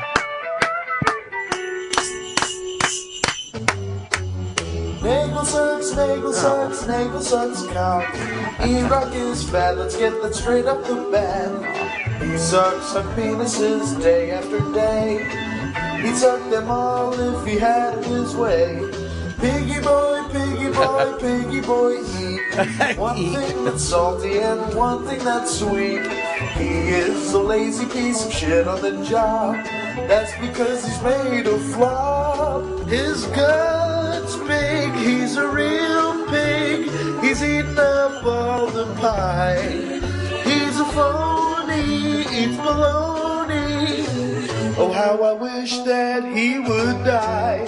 Ear's that, isn't it true? His torture is all for you. He's a real huge big tub of fat shit. Nagel really sucks cock. That's I love how these guys sell it. What a cute little number that is. It's all how you sell it. It's in the Christmas spirit. That's why it's so important. Yeah. Yeah. Mm-hmm. Aw. Love this time of year. Yeah. You know Opie and Anthony and little Jimmy Norton. Sure do. Travis, Sal, and Danny. Whoops. Roland, Troy, and Sammy. But do you recall the most morbidly obese one of all? E-Rock the shit dick fat fuck. He's a lazy piece of shit. Oh. And if you ever saw him, you'd know him by his huge bitch tits. All of the other assholes laugh and call him Piggy Boy. They never let poor E-Rock have his hoagies and his shitty toys. Cow noises. Nice. I just checked the old Twitter. The Brad Bankson writes or tweets, I just yelled, "Who's ready for a road trip with 10 hours of the O&A channel?" Wife started crying. That's right. I guess this is a get the fuck out day, right? Oh, it's a busy travel day, right? Is today the busy day? Definitely. Where people start moving on. Yeah, because people got Monday and Tuesday off, so they're traveling today. Moving on to the old relatives' houses. Yeah. Spend the weekend, you wake up, you're where you want to be. It's going to be a very Philly Christmas for me. Yeah? Oh. Very Philly Christmas. I think I'm thinking 8 years in a row now. Wow. Holy shit, really? We start our own tradition next year. Oh, Like in Next year it Westchester? begins. You want to come over? No. I got nowhere to go. You want to come to Westchester? You want to come down to Philly? Westchester? We have a really fun Christmas party down there. Maybe I will. Christmas Eve. I'm serious. You're Yeah. more than welcome. I'm going to see my family maybe Christmas Day. Depends on when I see Tracy and my family. If I see them Christmas Eve, I'll see them. And if I see them Christmas Day, maybe I'll come down to Philly. I have nothing to do. You really have nothing to do? No. Oh, Jimmy. Oh, it's okay. Of course. Is it? My family, I'm welcome to see my family. I'm just, yeah. Why don't you? I probably will. I just don't know what day. Do you have a Christmas tree? No, but Christmas bush? I had a little work done on the apartment, so my apartment's a mess right now. But it's a good mess. Well, 'Cause if I'm- Christmas Day is a thing that you have time for, of course you could come by my I'm busy. place. Oh, sorry. Everyone will be there. I mean, having a big party. What do I do? Catered. Go over there and tell a bunch of jokes for free? Just nasty guest guy. Yeah. Hey, Merry Christmas. Anybody else want to do some fucking stuff for free around here? Oh, Jesus. The kids are crying. Jimmy's making a scene. Yeah. I'm just doing inappropriate show references. Yes. I'm just going, hey, Christmas queefs. That's you? Yeah, me. Crying, of course. Pissy eyes. I feel all pissy-eyed today. Eyes are like tearing. Mine too. And my nose is stuffy. I need some Afrin and Visine. You know what I think would help? That a fist. I mean, there's real shit going on, but I think we should just try to keep it light today, man. We got Penn Jillette coming in. Yes, Penn. Although Penn probably... I would absolutely like to hear Penn's take a little on the gun control issue, because he did something on bullshit about it. No, even better. He did a great bullshit on violent video games. Oh, that too, sure. Ties in. Someone that's informed. Yes. Unlike the news, talking to really old people about violent video games. What are you doing? They don't know. They don't know shit. I love when they show like video games from the early '90s that they're not even first-person shooters. Yeah, they haven't even updated their B-roll. Yeah, Duke Nukem, Space Invaders. Yeah, you joke. They've used Duke Nukem many times. Yeah. They're still using it. Way past the shelf life of Duke Nukem. Ridiculous. But we'll talk about violent video games because he did a really funny, well-informed piece on that. And the Jets are going to release Tebow or trade him at the end of the season. What a bust that was. That was a terrible move by Woody Johnson, of but they time. also basically destroyed two quarterbacks. Even though Sanchez is shit, I bet you Tebow does good things next year. Because his confidence was probably never there because he knew he had an amazing year with Denver and he was talked about, and then all of a sudden he's just a fucking backup shithead just sitting there. It probably shook his confidence. Yeah. But I was telling Ant that Tebow was stupid. He knew the team didn't really want him. I believe he had a couple other options that were much better. But I think he was starting to think New York would be great for the Tebow brand. You know, Woody Johnson insisted that the team gets him. And obviously Rex Ryan never wanted Tebow on the team. That is so obvious now. Because now you got, 2 games left? And here's a chance to throw him in there and see exactly what he could fucking do. And, and Rex Ryan's still saying, no, fuck that. Why is Rex Ryan saying he won't start him? Because he doesn't believe in him. A lot of NFL coaches don't believe in Tebow. A lot of people. Yeah. So I think Tebow in a weird way blew it. He probably should have went somewhere else where maybe a team believed in him. Yeah. Well, Woody Johnson may have sold him on it. No, I'm telling you, Nah, I think you can't tell. I don't think you can tell Woody Johnson that it's a bad move. Oh, right. I think Rex Ryan. I think he's had a real shitty year, obviously, and his stock has drastically dropped. But I don't think he was able to say, "Look, I don't want him on the fucking team." I actually feel bad for Tebow at this point. Like, not because he didn't perform, but it's like, he didn't. That's an embarrassing situation to be thrown into. And when he was in there, he looked very, bad. Oh, he did look bad. Okay. Oh, yeah, he did. He had no confidence in it. He looked just really just out of sorts. But he was being used in a strange way. Terrible as well, way. So, whatever. I think Rex Ryan was shit this year, too, though. He had a terrible year coaching. The way he handled those quarterbacks. Like, Torrey always handled high talent very well. Like, he handled big egos well, and some coaches can and some guys can't. Well, break out the tape. When this went down, we said on the show that it was going to fuck up Sanchez's confidence. Yep. He doesn't have that confidence to begin with, and then you got a guy like breathing down his neck like a Tebow. You know, that fucks up your head. He's damaged goods now. Yeah, and the Jets had a few key injuries and all that. It was just a horrendous year. But now there's a huge rumor that Michael Vick might come to the Jets. Oh, boy. It could wreck his career, too. He finally makes it back after the dog thing. He realized this is the worst mistake of his life. The Jets destroy him, yeah. Michael Vick as a Jet. I don't know. There's a pretty strong rumor about that. We'll see. But I think in the end, Tebow will be traded for almost nothing or just released. And have a great year. I guarantee you. Think he'll have a great year? Yep. Who will pick him up? Don't know. But just the way it works. Jacksonville, maybe? I don't even know. I honestly can't even guess. They're hurting. And he loves Florida, as we all know. He's from Florida. Somebody might pick him up just for the money it will make. It'll put seats in the old seats in the old stands. I was about to say, and the jerseys. I did say that, didn't I? They're already installed. I know. Thank you, Sam. Put asses in the seats. All right, so some lady got screwed on Wheel of Fortune. I don't know what this is about. Oh, yeah, I was Literally? watching this clip, and this lady got fucked out of winning the fucking prize. Oh, shit. I was Why? like, what the fuck, say, Jack? What is your problem? Oh, man. That don't make no sense. G. And there's a G. I'd like to solve? Yep. 7 swans a-swimming. Yeah, that's nothing.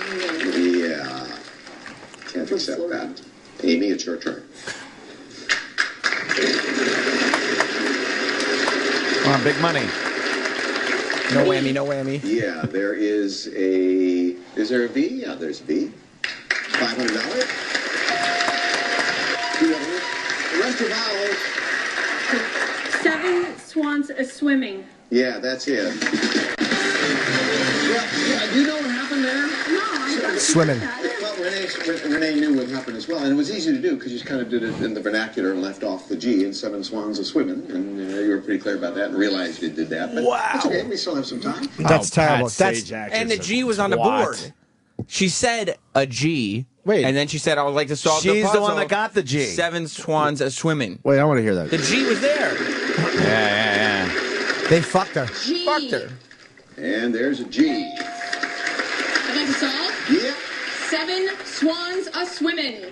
Yeah, that's... that G's in there. That's enough. it. That's fucking terrible. Yeah, it was kind of swimming. They fucked her. I hope that she gets the money for that. It's in there enough. Wow. Plus, she asked for G and got the G. Yeah, that's The terrible. G was there. The G was there. That's There's terrible. no way she could have thought that ended in an Are N. they Wheel of Fortune's taking themselves that seriously? I don't it's know. a goof show. Fucking give her the stupid money. What are those judges, those off-camera Wheel of Fortune judges I have told going Vanna on? White to beat it. She just stands there looking old now. I mean, I got it when she was standing there looking pretty and shit, but now Yeah, she's the just old days. standing there looking old and shit. Pat Sajak is useless. Is there an N? Uh-huh. Oh, Yep. well. Is there a G? Oh. Yep. That's Yeah. not. Yeah, that's why I moved on to another Of letter. course you did. Too busy drinking the margaritas in between show tapings. Oh. And not giving people prizes. That's right. Yeah, no prize given, motherfucker. That's right. That's exactly right. I saw one that was the Atlanta Falcons once. And, actually, it just said Atlanta Falcons. And the one went, the Atlanta Falcons. Bam, bam. Really? No, she said the. Come on. I know. That's different, though. That's Fucking- adding a word. Yes, I know, but, you know. I used to play hangman when I was a kid, and I was just the best. Well, you're very good at it. Is there an X, please? An X? There's never an X. Of course not. Very rarely. Except his xylophone. Yeah. Yes. Jets traded for Tebow. Tebow had no choice. You know what? Got to correct myself. You're right. You are right. Tebow did not have a choice. Wow, I fucked that one up. I'm sorry. Yeah, Woody Johnson wanted him. They traded for him, and Rex Ryan certainly is making it clear he never really wanted to make that trade. Didn't they? I'm sorry. You're right. Who'd they give up for him? I think it was a cornerback named Marv Shrewsbury. I think it was Marvy. Marv Shrewsbury. Good old Marvy. I don't think so. Your cousin, Marvin Shrewsbury? Marv. Oh, and I'm falling apart over here. I got fluid dripping from my head. What's going on? My tears are flying out. Snot. Penn Jillette sent a nice tweet about us. Oh, yeah? What did he say? What the fuck did he say? Get to the bottom of this shit. And if it doesn't have Opie Radio in the tweet, then it's not a nice tweet. Attaboy. How about that, Sam? No, no, it could still be. How about that? I disagree. If he writes the Opie and Anthony without our Twitters, that's not helping us out. That ain't getting us no fucking followers. Where is it? It's just showing on my timeline. My dad used to say he was going to bust my snot locker. Snot locker? Yeah, that was like he was going to punch me in the nose. That's I'll probably bust not what he your said. Snot locker. He probably said, get over here. I want to fuck your shit locker. I think I'd have recalled that. Yeah, see, this is no good. It's a great thing to write. I'm walking over to do Opie and Anthony on Sirius. Man, I love doing that show. Just my favorite. Great guys, and I get to talk. Love them. And I heard Sam's mom made treats, he wrote. He has a shitload of followers. He can't write Opie Radio and Anthony Cumia? It's the branding of the show that's important. That Yeah. is true. True. Yes. It's not. It's not true. It's all Because about people Twitter go, followers. Opie and Anthony on Sirius, and Penn loves them. It's I'd all like about to... Twitter followers, man. No, it's not. What is this, 2012? Fuck out of here. It's 2013. See Instagram back down? Not Good. Not going to be did. selling your pictures. Big deal.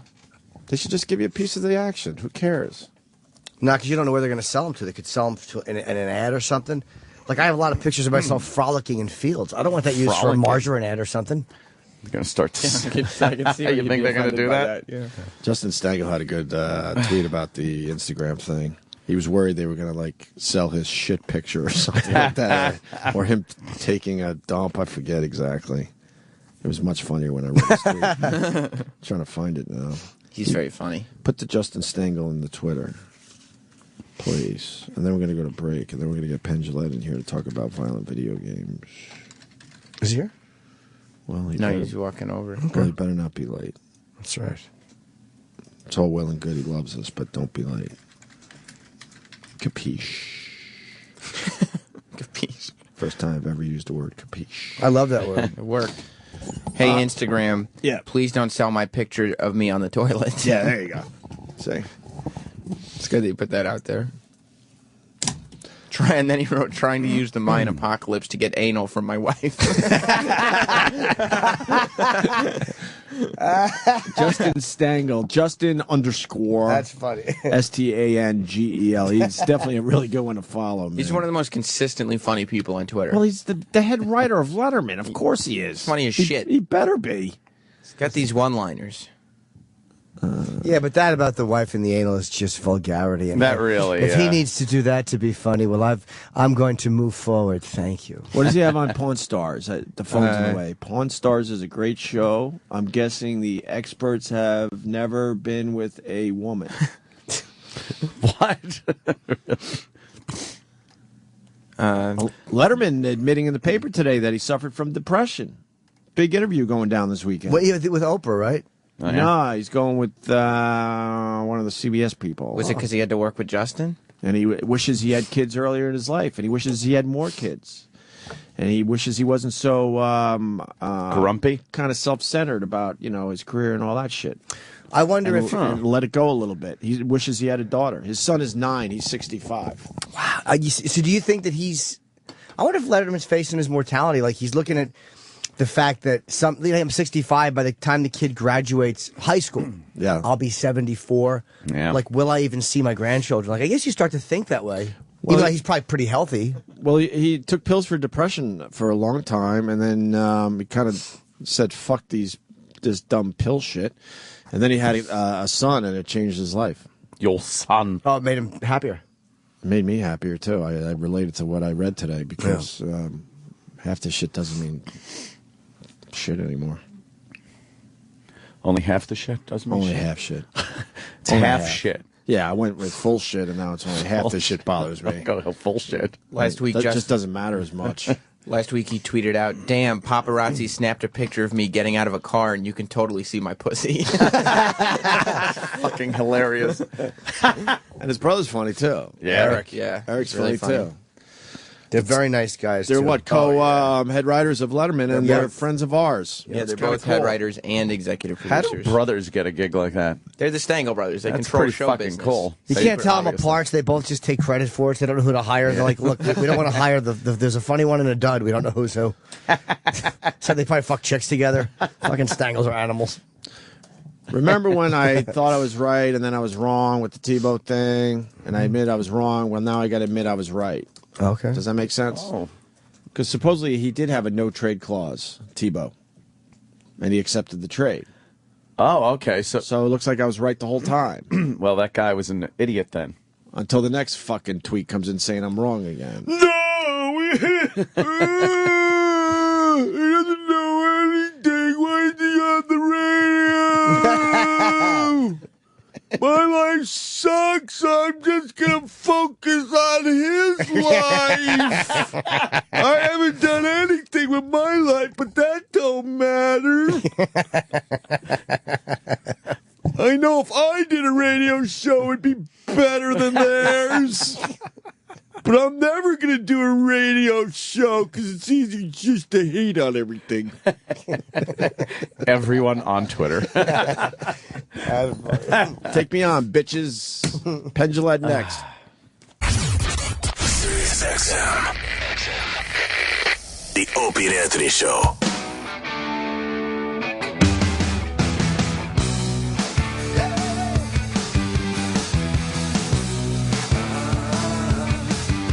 Want to say hi to Penn Jillette in studio for our last show of the year. Yes. Well, last show of the ever. I think we're good. The end of the world didn't happen? Think we're making it? We have a few hours, but we don't know. We don't know. Watch our calendar be a little off, though. Watch 2012. Watch us be off by 12 hours, and we think we're fine tomorrow. The fucking rock hits the planet. But I've been arguing if the Mayans said end of the world, that means end of the world, which means Australia is good, so we're good. I see. Right?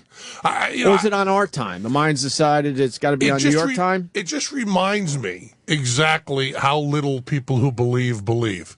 I mean, you actually hear people who say they think that's true, but they haven't gotten rid of their houses. Right. They're not fucking anything that moves. They haven't gotten rid of all their money. They're hedging their bet because they know.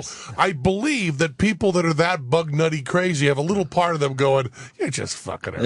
Yeah. Well, we started the show trying to figure out how many end of the world scenarios we've survived already. I think we're up to 4 or 5. Oh, no. Yeah, even in our lifetimes. But the Y2K, you got this one. You got the guy that said it was May, then he said it was October, so that's 2 we survived. Well, you know, Randy has, I forget what book it is, but Amazing Randy has in the back of one of his books an appendix of about, several pages. Oh, really? He does? That explains where the ends of the world were, because it's very clear in the New Testament that Jesus considers the end of the world to be coming weeks, months after he dies. So, I mean, that was what Christianity was, and then that didn't happen, and they just kind of went, well, just kind of do this. But, they're always talking of the world and trying to figure it out. Was Christ really off by 2,000 years? I didn't realize that. Well, we don't know yet. He could be off by longer. We don't even know when he was... that's true. Yeah, hopefully, right? I don't know. We don't even know when he was born anymore. We're starting to fool around with that date. Yeah, I don't think we ever knew, but we always knew it wasn't December. They were just tacking that on to the solstice so they could, you got a party already going, add something Make to it all nice. Yeah, make it all nice and neat. I saw that on the History Channel. Yeah, sure, the story of Christmas. It's a good fucking watch. Wasn't it April or something he was born? They're starting to say around April, I think. And they usually say about 3 BC, but that's if you believe there was an historic Jesus. And there probably was, because it was a time when there were lots of nuts running around saying crazy shit. Yeah. But my question about Jesus is that nothing, and most scholars will argue about the amount of time, so don't bust me on that, but pretty much nothing was written down about Jesus until about 300 years. About 300 years later after he died. And my thinking is Elvis was alive during my lifetime. and there's an electronic record, and things were written every day he was alive about him. And look, Elvis didn't do no drugs. No, we actually have that. He didn't do no drugs. Elvis did not do no drugs. We have video of him doing more drugs. We have video of him taking handfuls of He didn't do no drugs. So if things can just change You that think the much story's a little off? in 40 years, what does it do in 300 when no one can write shit down and a generation is about 35 years? And when you look How at much do things morph? You look at things that have been proven and disproven over the years through science in that time period, and it's astounding how little they knew back then. But all that stuff just happens to be the truth. Yeah, and that's good stuff. Weren't they voted on the stories, like the stories that became the Bible 300 years BC? Like American Idol for pretty much the most popular stories to be told in sermons. They voted on the canon. What are they called? The canon voted. Yeah, there's a bunch of stories they just blew off and put it together. They decided his childhood. These aren't as important. His whole childhood's gone. This whole chapter that said "Don't ever give money to the church." Let's get that out of here. That's right away. That's going right there. People do not like that. Have you noticed that? It doesn't play in the churches. Let's get rid of it. I read your book. I told you before you started, and I said it was great. I got to the end,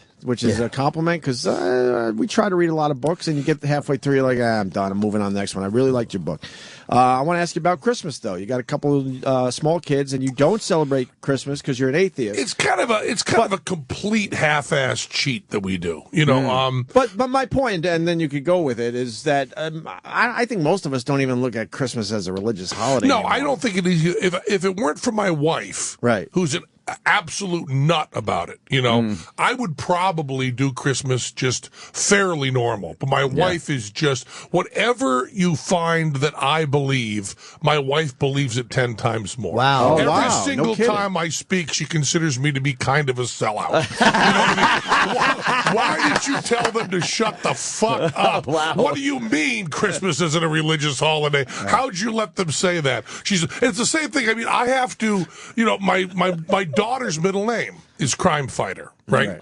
Moxie Crime Fighter Jillette. And everybody says, you know, here's this crazy performer giving his child the crazy middle name. It's not the way it happened. I have to defend it, but not the way it happened at all. My wife doesn't have a middle name. She hates middle names. I said, okay, Moxie's a name we agree on. What do you think for a middle name? She said, fuck middle names. I don't have middle names, and I don't know your middle name. I'm married to you. I don't know your middle name. She said, it doesn't matter. I said, I just thought it'd be nice to. She said, okay, I don't care. And then we're backstage, and we're with our piano player, Jonesy, and I just written this novel, Sock, during which one of the characters says, from now on, call me Crime Fighter. So Jonesy, my piano player, goes, well, it doesn't matter. Call her Crime Fighter. And my wife goes, you wanted a middle name? You got it. It's Crime Fighter. That's it.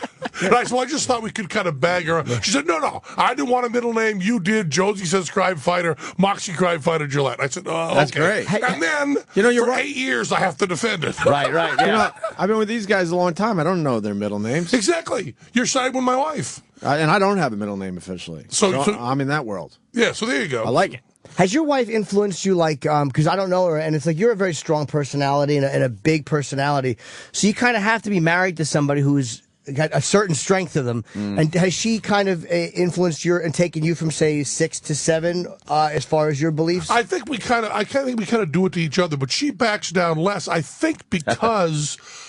Because she's stronger, baby, but also because I spend more time with people who have different opinions. I mean, I went to Dallas and did Glenn Beck's show. Right. Went to his studio, spent time with Glenn Beck. How was that? And it was amazing. First of all, I don't know what he's doing. I guess he on the side. He doesn't know what he's doing. No. Well, he has. First of all, his chalkboard has 5 colors of chalk on it. Yeah.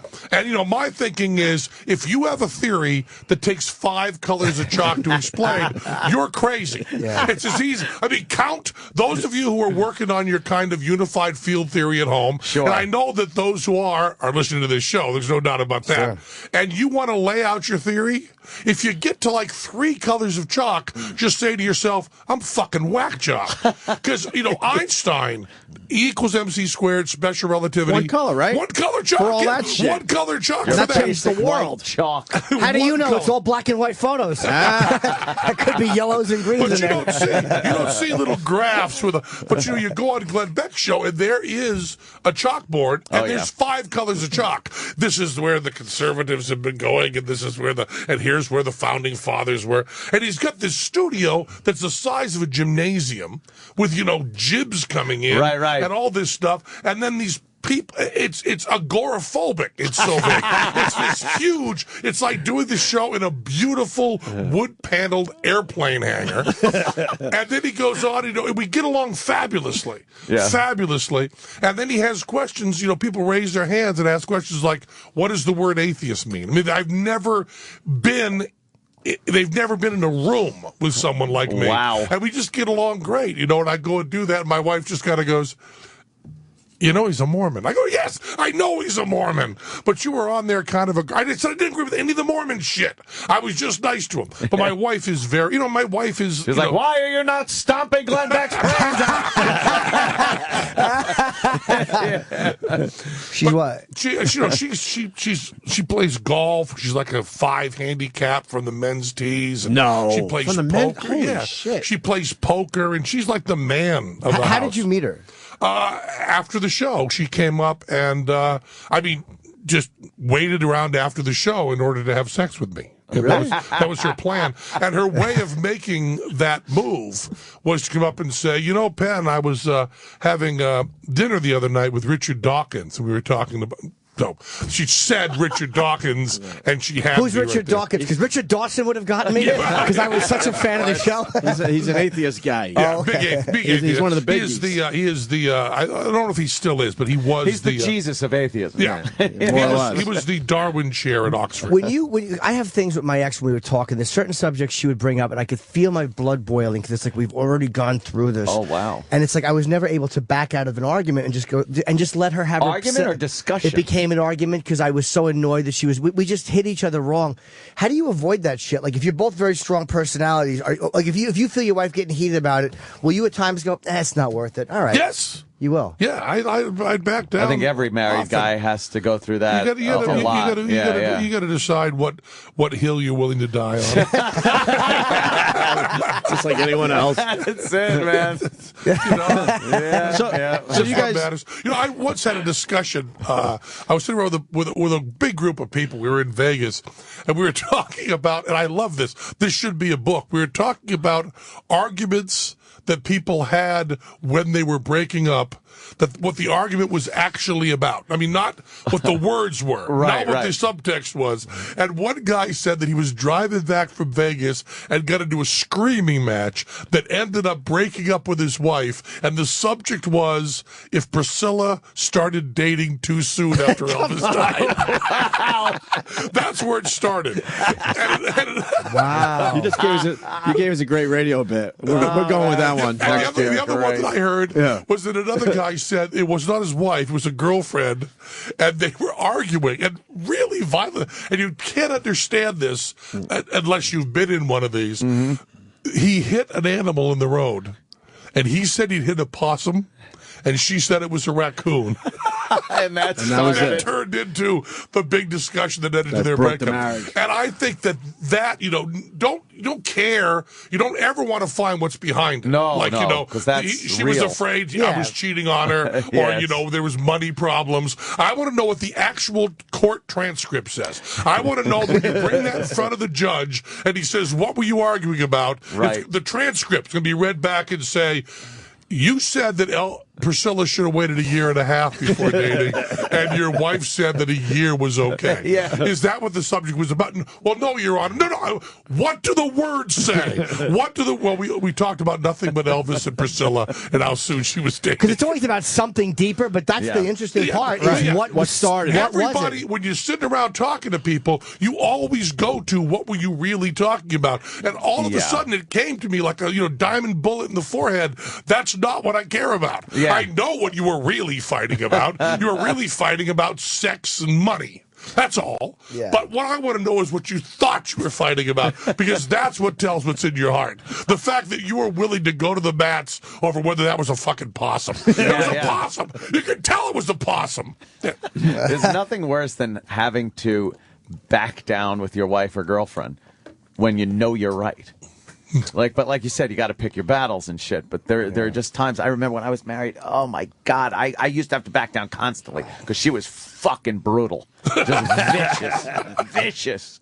And she could keep a fucking argument going, man. She yelled like words like the JDL. It was crazy, man. Yeah, she was awful.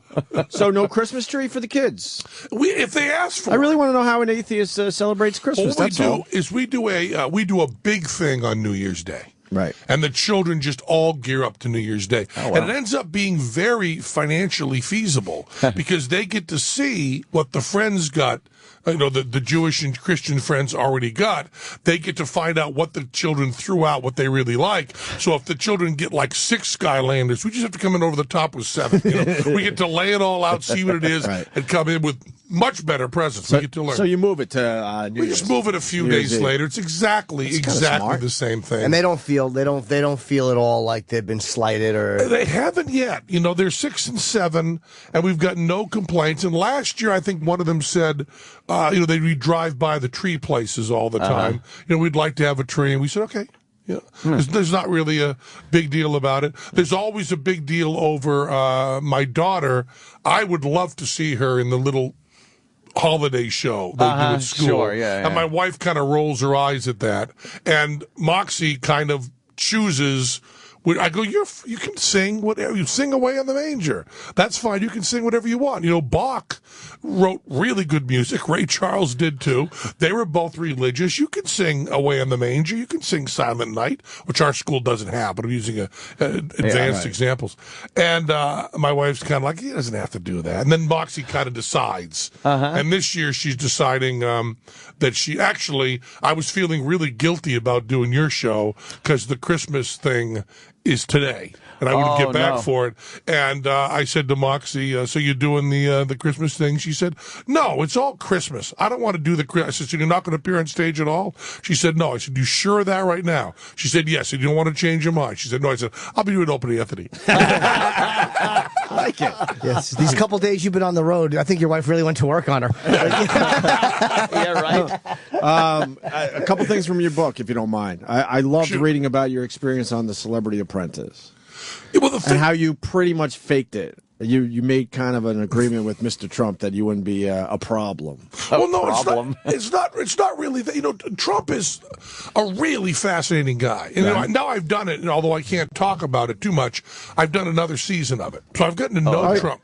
Yeah, I'm on the All Stars. I've gotten to know. Then maybe I shouldn't bring this up. No, I can say a little bit. But it's fascinating because Thelonious Monk, the great jazz piano player, has this list. It's not well known, but there's this little list that he gave to members of his band on how to play, which includes the greatest advice to musicians ever. One of them that I love is, don't play the piano part. I'm playing the piano part. Because, he would play these wonderful things, and the sax player would come in and play what he had just played. So don't play the piano part. I'm playing the piano part. And then at the bottom of it, he says, the genius is the one who is most like himself. That's his definition of genius, the one that is most like himself. And it's hard to wrap your mind around. Reading that and being around Trump is purely Trump. And when you sit in that boardroom, and he does go on for 2-3 hours, and you sit in the boardroom. You have to sit there for 2 or 3 hours, and they only show, 5 minutes on TV? Yeah, and you're sitting there, and he's talking, and every week? Yeah. Or, I know TV time, but whatever. Every other day, yeah. And 3 hours? Sometimes an hour and a half. And the thing is that at first, when I first got there, it's a foreign environment, and you're all jacked up, and you wonder if he's going to call on you, and what do you think of Clay Aiken? And you're running through all the scenarios, and then you realize that there are 12 other people in the room, and your chances of being called on are very slim. And if you are called on, what you have to say is not very much. Well, Mr. Trump, we did the best we could. Thank you, Mr. Trump. That's about all you're going to say. So all of a sudden, this kind of calm came over me, and it was like listening to this really, I believe that any person alone just talking off the top of their head with no filters and no censorship is fascinating.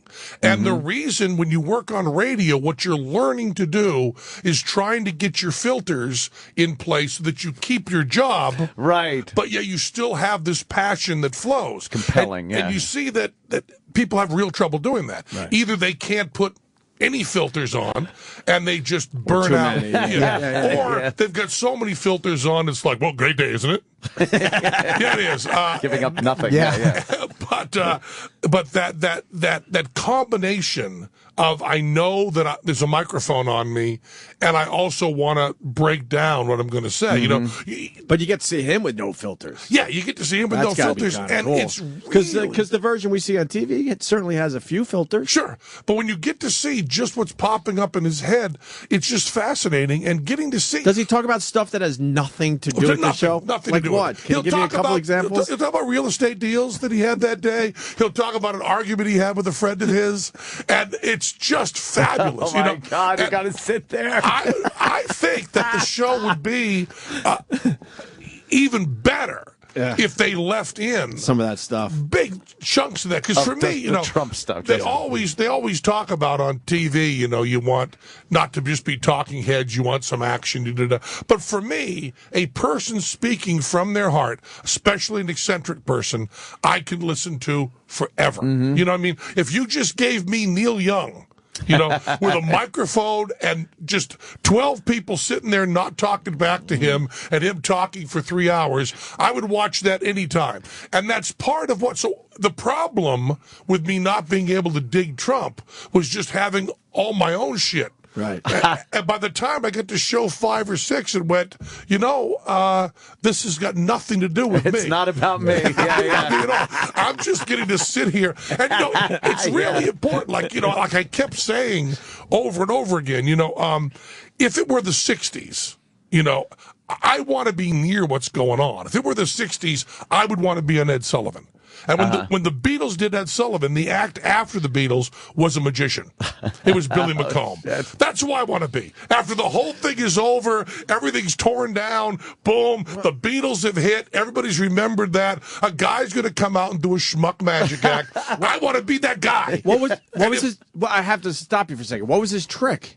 The trick? I need to know he the made trick. himself obscure. I didn't know that a magician came on after the Beatles for that famous fucking viewers disappeared. Before or after. What kind of trick did he do? I think it was Billy McComb, and I think he was doing his a very talky trick. I think with silks and a very nice old routine. School, right? And people, and he goes out and does it. And I used to talk to him about it. And he has he has the autographed pictures of the Beatles, and he was the perfect age because the Beatles, were 20. And he was just about 40, a working pro, a really working pro. So he says, I'm going to go on. He was Scottish. I'm going to go on that show.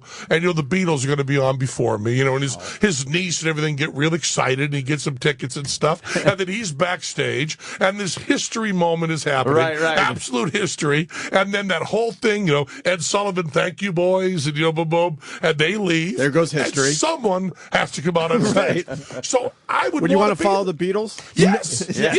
More than anything, I want to be the guy who's forgotten. I want to be near. You say to your friends, "What was it like backstage?" I know. I know what it was like backstage. I was there trying to get through the groupies, going, "Don't touch those cards. They're stacked. Just don't touch the cards.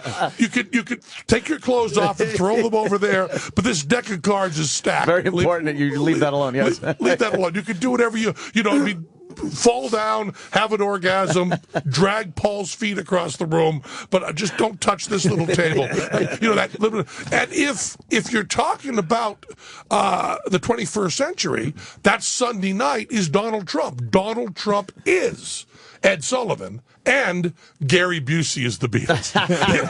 There's no doubt that 30 years from now, if anyone's talking about Celebrity Apprentice, they're saying nothing except Gary Busey. So when I got to go on again and be on with Gary Busey, I was like, oh boy, I'm the magician who's on after the Beatles. Because you know that Gary Busey's just going to just spill out this nutty poetry. Right. And in some of those shots, I'll be sitting next to him. That's all I want out of life. That's all you need. And it turns out on Celebrity Apprentice that who you are with is all that matters. The show is completely honest. They don't edit it disingenuously. They don't cheat. All the stuff that paranoid people say that they're holding back meals and stopping the slip. All that's bullshit. Yeah. They really do exactly what they say they're doing. Trump really is exactly. That's not really true. If you get Trump off camera, he's nicer. He's more of a regular guy. Right. He doesn't want you to know that he wants to be an interesting TV character. Yeah. And his way of doing that is by being, intense and mean, and he plays that up. So he gets a lot softer and cooler and more human when you're on. But that's not really a big cheat. That's not a big lie. Right. And it goes through pretty straightforwardly. But if you're stuck in a room with Clay Aiken for 60 hours, there is some damage that gets done. When he wants to have heart-to-heart talks with you. Well, that's what I love in the book. I'm glad you're getting to it. Well, Clay Aiken sat him down to have a little heart-to-heart. I'm from New England, okay? and that doesn't mean much, but my parents were older. My mom was 45 when I was born. So I'm born of another generation of New Englanders. And Greenfield, Massachusetts, little town up there, on my mother's deathbed, she was dying. On her deathbed, I sat there next to her and said, Mom, I really love you. She said, why are you saying that? Of course you love me. And when I came home, if I'd been gone, a month, over in China, my parents hadn't seen me. When I came in, I could hug my mom and then hug my dad. And then that was it for the trip. If I was there for 4 days, that was the hug you got. That was it. And then you hug goodbye. And I bring home girlfriends, from California who'd meet my mom the first time and hug her. And my mom would say afterwards, tell your girlfriend not to hug me. Wow. I don't know her. So she was a little distant. Sure. Yeah. And it meant a lot. And when I'm telling that story, there's no one I've been closer to in my life than my mom. And when I tell that story about, of course you love me, I hope you understand that I'm not talking about some cold bitch. Right, I'm talking about somebody that to say it was a little bit of an insult because it was just so true. Okay, To her, it was like saying there's air in the room. Unnecessary to say, right? Air in the room, So when I decided to get married, it was about a 45-minute discussion with my wife, maybe a half an hour. When I decided to work with Teller for our entire lives, we had a discussion that went about 20 minutes. Deciding to have children. Talking to my wife and saying, because our children were very planned because our daughter's a test tube baby, so it wasn't a question of just fucking. It was a question of, we're going to spend $30,000. And so that discussion was less than a half an hour. We're going to have children, raise them together. Seriously. And then, with 8 cameras on me, Clay Aiken sits down for an hour and a half to talk about how much eye contact I'm making with Lou Ferrigno. So you've got That's terrible. a New England guy. Yeah. So he sits down and he goes, oh my God. Well, first of all, he says, you kind of talk over Lou Ferrigno's head. You're really condescending. Now, all I want to say to him is condescending means to talk down to. If you're talking over someone's head, you're a prick, but you're not condescending. It's a different thing. The word you want, Clay, is arrogant, insensitive. Prick would be great. Right. Prick is a fine word here, But condescending is the wrong word. But it turns out when someone is calling you condescending, correcting their use of the word condescending, counterproductive. Doesn't really help to go, I'm sorry, you don't really understand what condescending means. Maybe he didn't understand why Lou kept saying, what? An hour and a half with that guy. So he says to me, don't do that much. And I say, which is the way I was brought up, I say, okay, I know that bothers you. It won't happen anymore. The stuff you just explained, I won't do anymore. And, of course, the truth is, and it's on video, from the moment he says that, I don't do any of the things he complains about ever again for the whole show. Really? To the point that the producers complained to me, and I said, well, I told Clay I wouldn't. So that is a full 3 minutes of the conversation. And that is really cool. Like, if you took me outside here when the mics were off, and you said, when you come on the show, Penn, there's this thing you do that bugs me, and you explained it to me, and it wasn't outside of my morality, I would go, okay. And then the discussion's over. We don't like the whole denying God thing, Penn. We wanted to talk to you. Well, then we'd have a little bigger discussion. It scares the shit out of all of us, okay? But, so then Clay has to talk another hour and a half. And the weird thing about Celebrity Apprentice is, and this is something you guys will not be able to understand, but I want you to try to wrap your heads around. Because we'll never be on the show, is that what you're saying? No. Because we'll never be on the show, right? If you're on the show, you'll understand it. It's not reality, and it's also not TV. And that's the part that's really hard. As we sit here talking, you are aware that every breath you're taking is going out to people. Right? Yeah. You're very aware of that. And you also know it's not a real situation. We're not just sitting around having a couple of colas. Right. But you also know that it's going out live. Now imagine if you do this show and you do 10 hours of it, 10 hours straight without a break, and you don't know what 3 minutes they're using.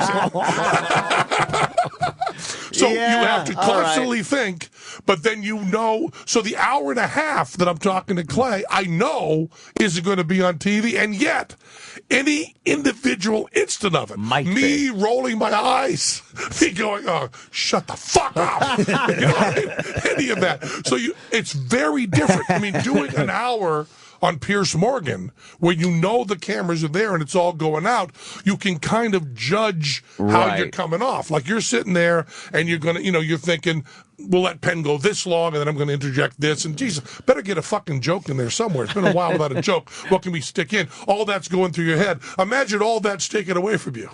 Wow, yeah, that's fucked up, man. And I add to that they don't cheat. There's no cheating. They're not going to take an eye roll out of one conversation, put it in another. They don't do that. They're completely honest, completely straightforward. Right. But the situation, imagine you get up at 5 a.m.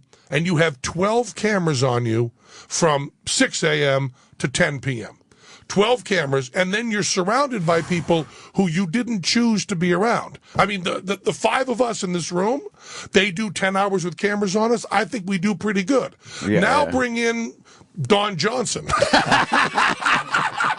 Just put him into there, like a little bit of carbon in the reactor. The five of us are doing great. We probably would be excited for the first hour, maybe two, and then we still have 8 hours with Don Johnson. You can be excited for the first 40 hours, and it still won't be over. Gotcha. Got your point. You don't have to say an hour. It's going to go forever. And if you get someone like Gary Busey, who other people found annoying, I just love it. Love this pure kind of flow of, like dancing beneath the diamond sky with one arm waving free. Is it total genuine from him? Because he's such a good actor. Like, when you realize he does know how to be structured when he acts and he can memorize lines, he's a brilliant actor. So there's some stuff going on. So this craziness in real life is actually organic? I believe that Gary is, as much as anybody, as true to himself as possible. Now, there's a time when you're aware of what you're doing, but I mean, he is certainly more honest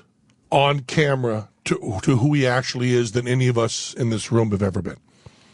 You're pretty much yourself on here, but he does less than you do to bring it together in front of a mic. So who are you doing Celebrity Apprentice, the All-Stars with? Are you allowed to say yet? I'm allowed to say. It's been announced. It was. Okay. Yeah, it's but I don't know if I'll be able to remember in the right order. Lisa Rinna, who I absolutely love. Yeah. Gary Busey, Dennis Rodman, LaToya Jackson, Brett Michaels, Dee Snider. Dee's great. Dee, yeah. Right, okay, yeah. And then, Omarosa, who else was there? Some Playboy woman that I never got to really, Brandy, who I never got to really work with. She was on different teams. Stephen Baldwin. Wow. Oh, yeah. So we're wow. I get to talk. I talk a lot of scripture with Stephen Baldwin. And at one point I'm talking to him and we're talking about opposite of Penn, talking about the Bible. And we're talking, it's a great moment. So I'm talking about John, and I'm saying that my major problem with the Bible is that, one of my major problems is that Jesus is so anti-family. Jesus says in several places, put your family aside and follow me. Your family doesn't matter, come follow me. Leave them behind, follow me. And I said, I believe my family is more important than that. I don't know why Christians talk about family values when throughout the New, and he says, well, where is that you're talking about? And I said, well, it's throughout the New Testament, but it's mostly in John. And he says to me, well, do you have any verses that you know offhand? And I say, yeah, the one that's tattooed on the back of your neck. Oh, and he has 330 tattooed on the back of his neck. And then he quotes it to me, and I go, see? What is 330? It's the one that says, don't worry about yourself or being you or following what you believe. You must put that aside and follow me. And I said, putting aside your own heart and doing this. But, I'm putting it in abstract terms. It's not exact. But, he has biblical stuff tattooed on. And, Baldwin would spend his time going, it's so weird that the only one who knows what my religious tattoos mean on this show is the atheist. But I got along great with Stephen Baldwin, And if you want to hear stories on Usual Suspects, which I do, they're there. If you want to hear stories about him converting to Jesus, which I kind of didn't, you still hear those too. But it's just fascinating. The youngest Baldwin. It's amazing that it's so much better to be educated about something that you're against, not necessarily against, but don't believe in, have an opposing point of view.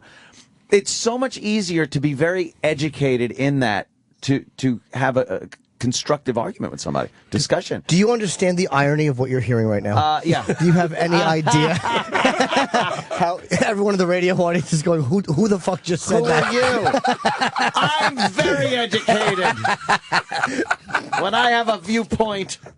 No, because obviously, also talking about gun control issues this week. Everybody's talking about it. And like a lot of people that are for gun control have very little knowledge about guns and what their purposes are. I was going on Wendy Williams yesterday, and I said to my manager as I was going on, I said, do you think that I should do nothing during this interview except correct them on magazine and clip and the differences? I said, would that appear to be callous if I just said, a magazine and a clip, it has to do with the spring and loaded and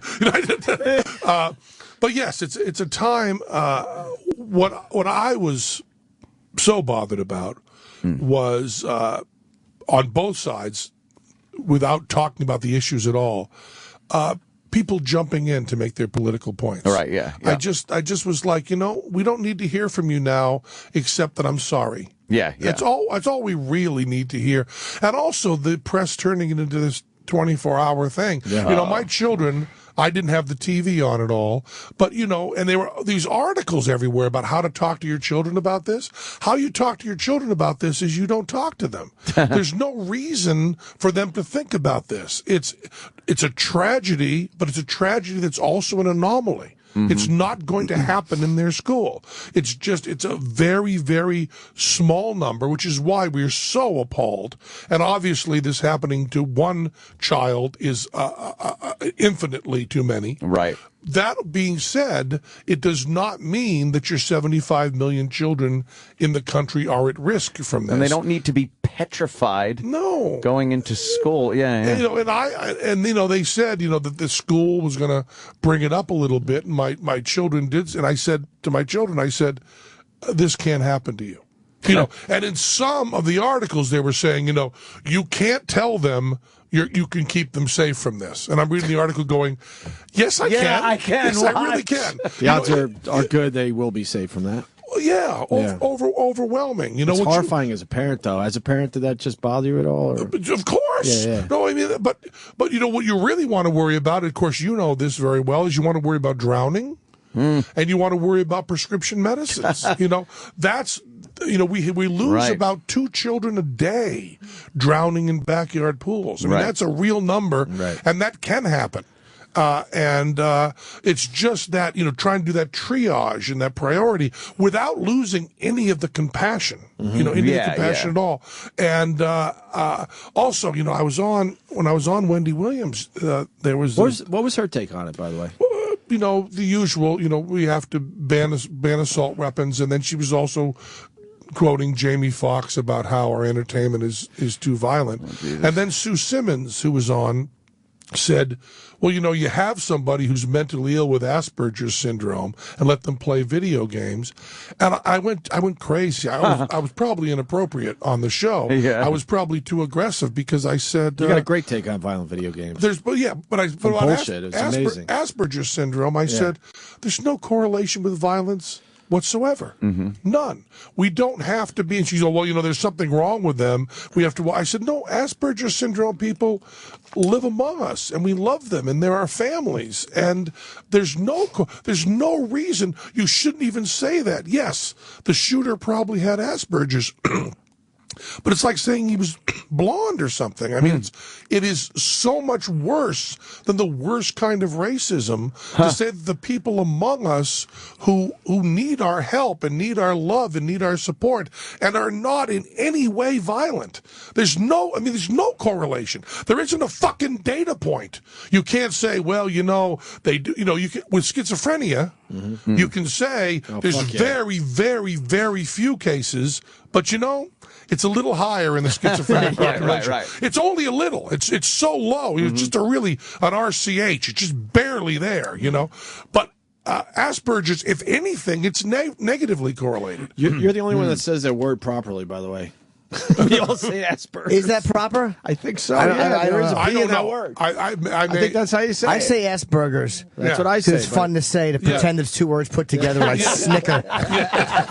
So snicker isn't two words put together. No, but I snicker. I think you ass and burgers. I just snicker. Your take on violent video games. I know you did a whole episode on bullshit. Well, the thing is, it's just another way for grown-ups to dislike their children. I mean, all I think about is, you remember that clip that we all saw a million billion times? Rock and roll has got to go! And the guy smashing the record, and we all laugh our asses off, and then they show, Hail, Hail, Rock and Roll, and those kind of documentaries that were all out in the 70s and 80s. If you watch those again, they show these, southern, big-headed fat guys saying, it's the devil's music! It's the devil's music! And they do all that kind of shit. And then when Hillary Clinton comes out and says, we've got to stop these violent video games, people our age, kind of go, well, she's a little over the top. No! She's rock and roll has got to go. She's insane. Yes, this shooter did play Call of Duty. You know why? Because every motherfucker under 30 plays Call of Duty. More people play Call of Duty than eat pussy. More people play Call of Duty than drink milk. Every single motherfucker who's under the age of 25 has played Call of Duty in the past 3 days. Yes. There's no exceptions. They sold 16 million games in 2 days. Yeah! In 2 fucking days. 60 million. So when you say, Mom, everyone's listening to the Beatles, nothing compared to Call of Duty. So what you've got is, let's see the percentage of people who are watching Call of Duty. It's totally unfucking related. Right. It's just like saying, you're watching the Shakespeare stuff, and Shakespeare has these underage teen suicides. What's this going to do? Fuck you! Nothing. It's art. People know the difference. My children, 5 years old, watched the Stooges and knew the Stooges weren't really gouging each other's eyes out. Of course, turns out they really were, but that's not important. Doesn't change my point. So the thing is, there's this desperate attempt, and it makes me fucking nuts, this desperate attempt, and I believe this is one of those things that Americans do more than the rest of the country.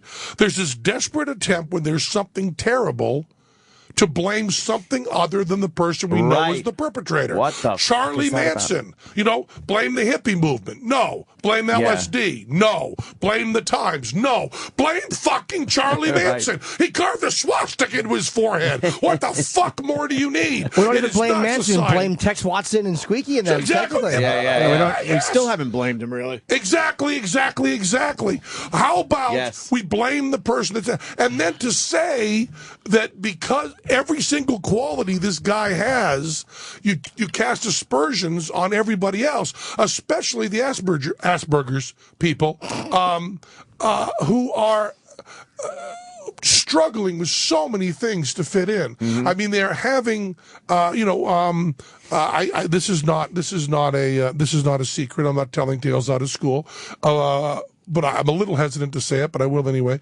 On my podcast, Penn Sunday School, Reddy Rich, who runs the board, has Asperger's syndrome and was special schools and everything else and works really hard. And he's one of these guys who has to count the amount of time he makes eye contact with you so he appears normal. You know, he has to do, I do 6 seconds of eye contact with you, then I can go to someone else in the room. He has to do that kind of stuff.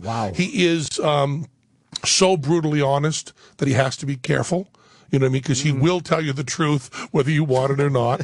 Oh shit! And he has, and there's, and it's a spectrum. Right. There's all different qualities. Sure, But I mean, he's serious. It's not someone that has just a touch of that weirdness. He How really long ago has did they come out with knowing what that was? Asperger's. How long has that been a diagnosed condition? Not long at all. Not long, decades. I mean, just a couple decades tops, right? Yeah. So when we were growing up, they were all just considered weirdos. Yeah. Weirdos. I hate to say it, but Well, so this is someone that what was the most honest thing he said to you that you went, oh man? Why are you? we had a guest of the show. Yeah. A really heavy guest that I was really excited to get on, and I did an interview with him, and it went really well, and I thought we killed, and we finished, and I said, how did that seem to you? And he said, oh, you shouldn't ask me right after the show because it was awful, and I was sleeping almost through it. It was really boring. But he said, you have to learn. You can't just ask me. I don't know how to do that thing other people do and avoid it. So if you don't want that kind of answer, you gotta don't make me the first one you talk to. It's got to be odd to be aware that you do these things and still do I got the most beautiful letter from him. It meant the world to me. One of my favorite emails ever. I had hurt. I guess I'd hurt my hand. I hurt my ear. Hurt my ear pretty badly. I had to go to the doctor and so on, and my ear was hurt badly. And about 2 weeks after I had this, was in the hospital and came back, I got this email from Reddy Rich who said, "Dear Penn, my training says that 2 weeks after someone gets out of the hospital, I'm supposed to make a note and then ask them how they're doing to show that I'm concerned and that I love them." And he said, so I'm supposed to ask you right now in my training how your ear is. But it feels to me like if I do that to you, that you'll just see it as sucking up and pandering and kind of laugh it off. So I guess the honest truth is I don't care about your ear, but want you to know that I love you. Sincerely, Reddy Rich. Wow.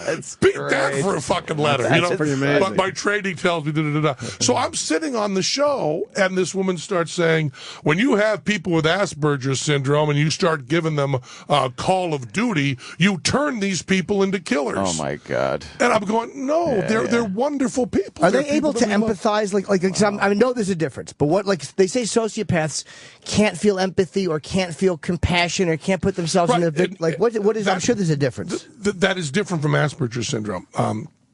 The old definition, it's changed now, of sociopath was someone that didn't feel empathy. And if you're looking for someone to be a doctor, an EMT, go with your sociopath. The last thing you want in an emergency situation is someone going, oh, You want someone that goes, okay, cut him open, get that out of there. Get he's got part of a fireplace poker going directly through his ass. Pull it out right. No, not that direction. Pull. You don't want someone going, it's in his ass. It's in his ass.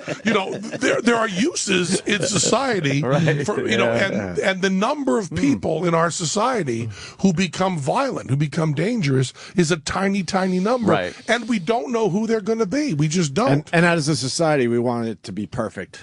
Zero. Yeah, and also it'll never be zero. It isn't going to happen. And we also can't. It'll never be zero. But if you read, there's this great book. What I do when I come on this show is I plug other books besides mine. Your book was a good read, man. I liked it a lot.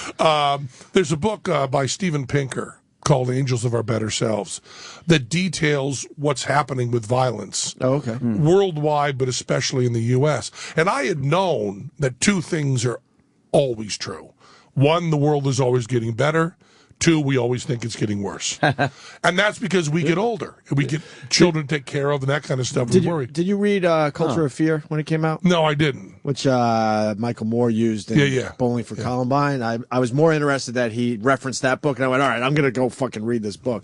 It's everything you're saying. Everything's getting better. But with the media and everything, it makes it seem like everything's getting worse. Yes, and you... and they break down stats. Like, we all learn, like, be careful when you go trick-or-treating. You're going to get poisoned, right? And this guy's like, well, let's fucking look at how many people have been poisoned in the last 30 years. And it turns out to be such a tiny percentage. And then they break that number down, and it turns out their own parents did it to, get the insurance money or something.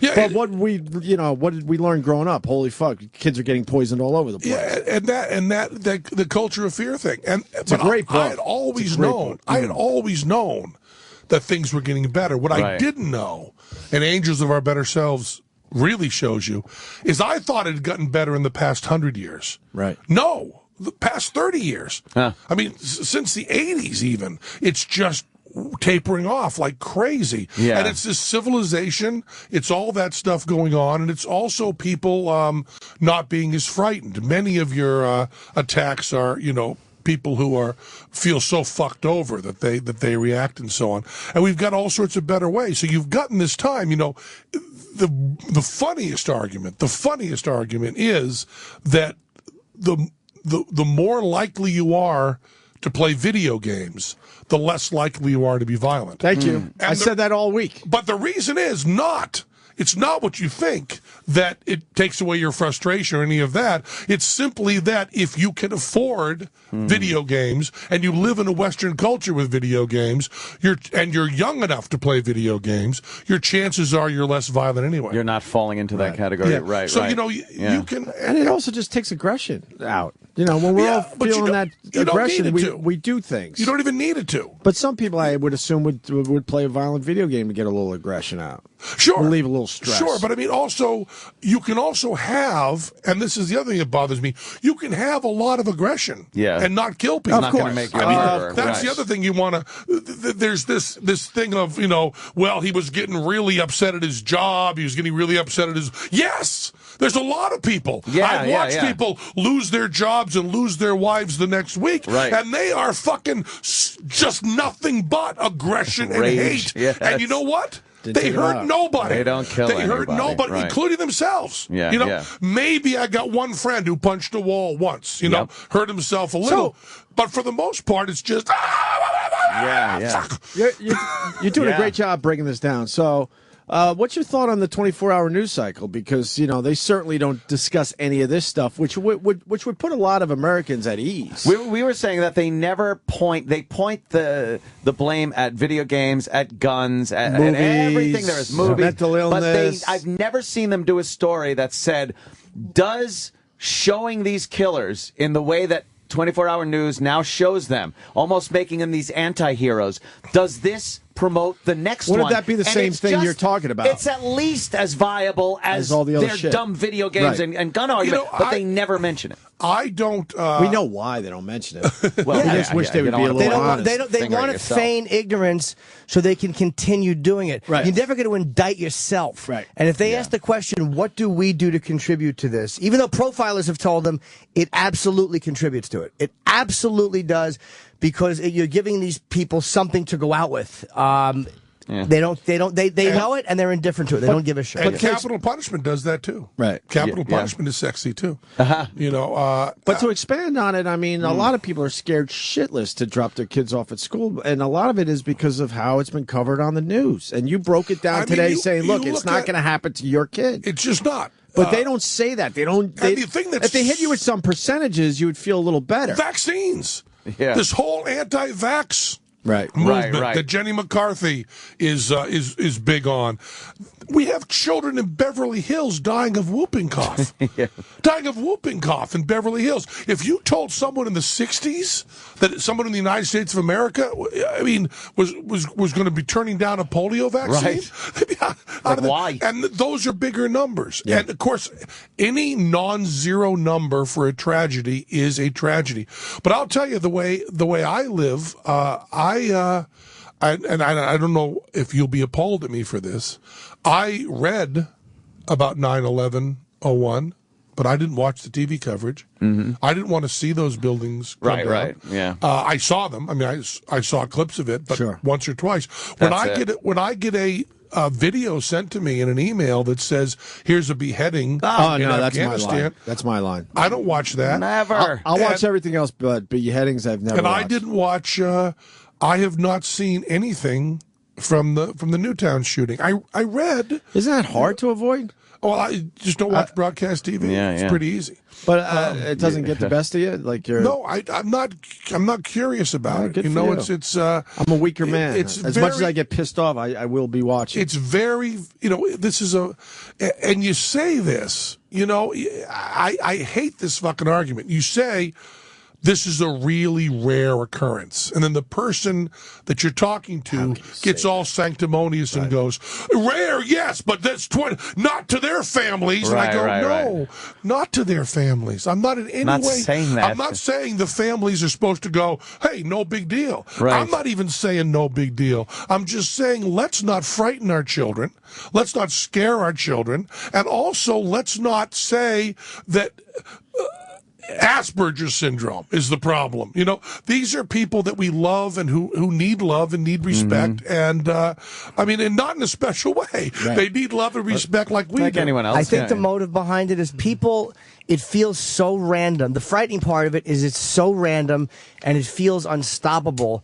So if people find something they can blame, it feels almost as if, okay, we can backtrace it and see how it could have been avoided. So we can, it's taking a randomness out of it and a helplessness out of it. You want to do something. But it really does nothing, because if it's this type of kid this time, the next time it happens, and it will happen, it will be with a stolen cop's gun, and it'll be done by somebody with no there's no pattern. Well, you know, we had what is it? I'm going to get these dates wrong, so forgive me, like I always do. But I think it was 1923. The guy who locked the doors to the school and burned the place down. That was 1925. Was it? Yeah. And you know, it is the biggest killing of children we've had in the country. Yeah. And they did all the stuff on that guy, and you know, you try to blame other stuff. You know, you blame the accelerants and the gasoline and and all that. And all that, you know, all that is also true. You know, if you had different weapons, you have different conclusions. And but what I worry about so much is that you end up with so many extenuating circumstances that you miss the obvious thing of, we know who pulled the trigger. Right. We do know that. And it wasn't the people that do Call of Duty. Right. You know, you don't have, I mean, Call of Duty, what are the figures? More people play Call of Duty than have seen any movie, right? Huge. Ever. Yeah. Any movie ever. Everybody. I mean, I don't. Do you play Call of Duty? No. Constantly. You do? Yes, I love it. I play Tiger Woods golf. I don't play. I don't play any video games. I play Xtube. My children. I try to. Mike Nesmith of the Monkees, one of my biggest heroes. A brilliant man. When I was visiting him once, he said to me, "You play video games?" And I kind of said no. And he goes, "It's rock and roll. Rock and roll is no longer rock and roll. Whether it's rap or hip hop or anything, all the old people know how to make money off that." He said, "Video games, there really is a cutoff at about 30, 35, 40, where people over that don't even know what it is. They think it's a much better version of Pong." That's what they see, It's like Centipede, only really good. They have no idea. But the news hasn't interviewed one person under the age of 30 about violent video games.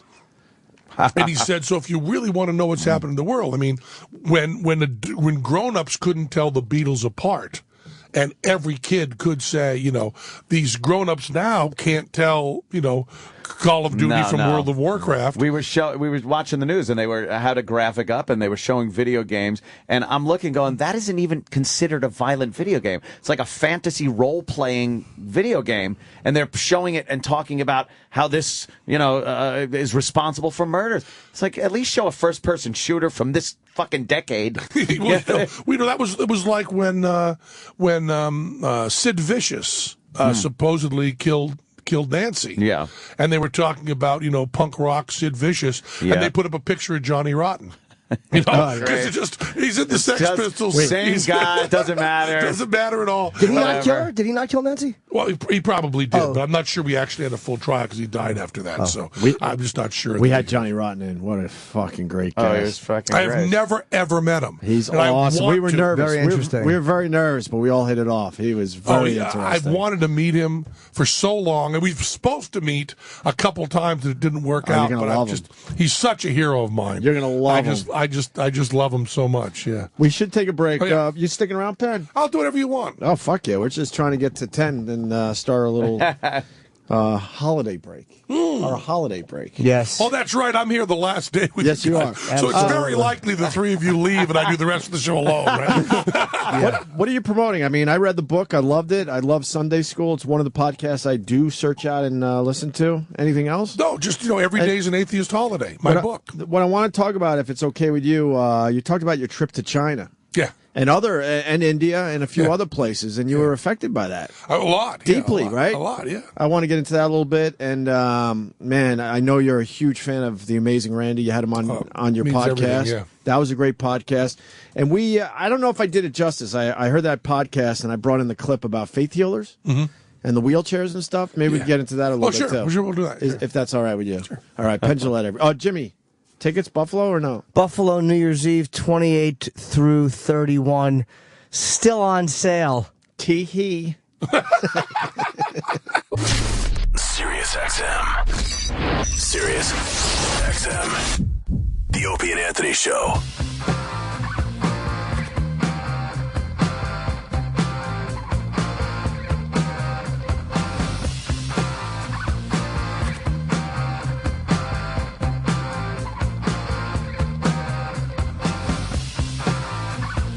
God, you got a million stories.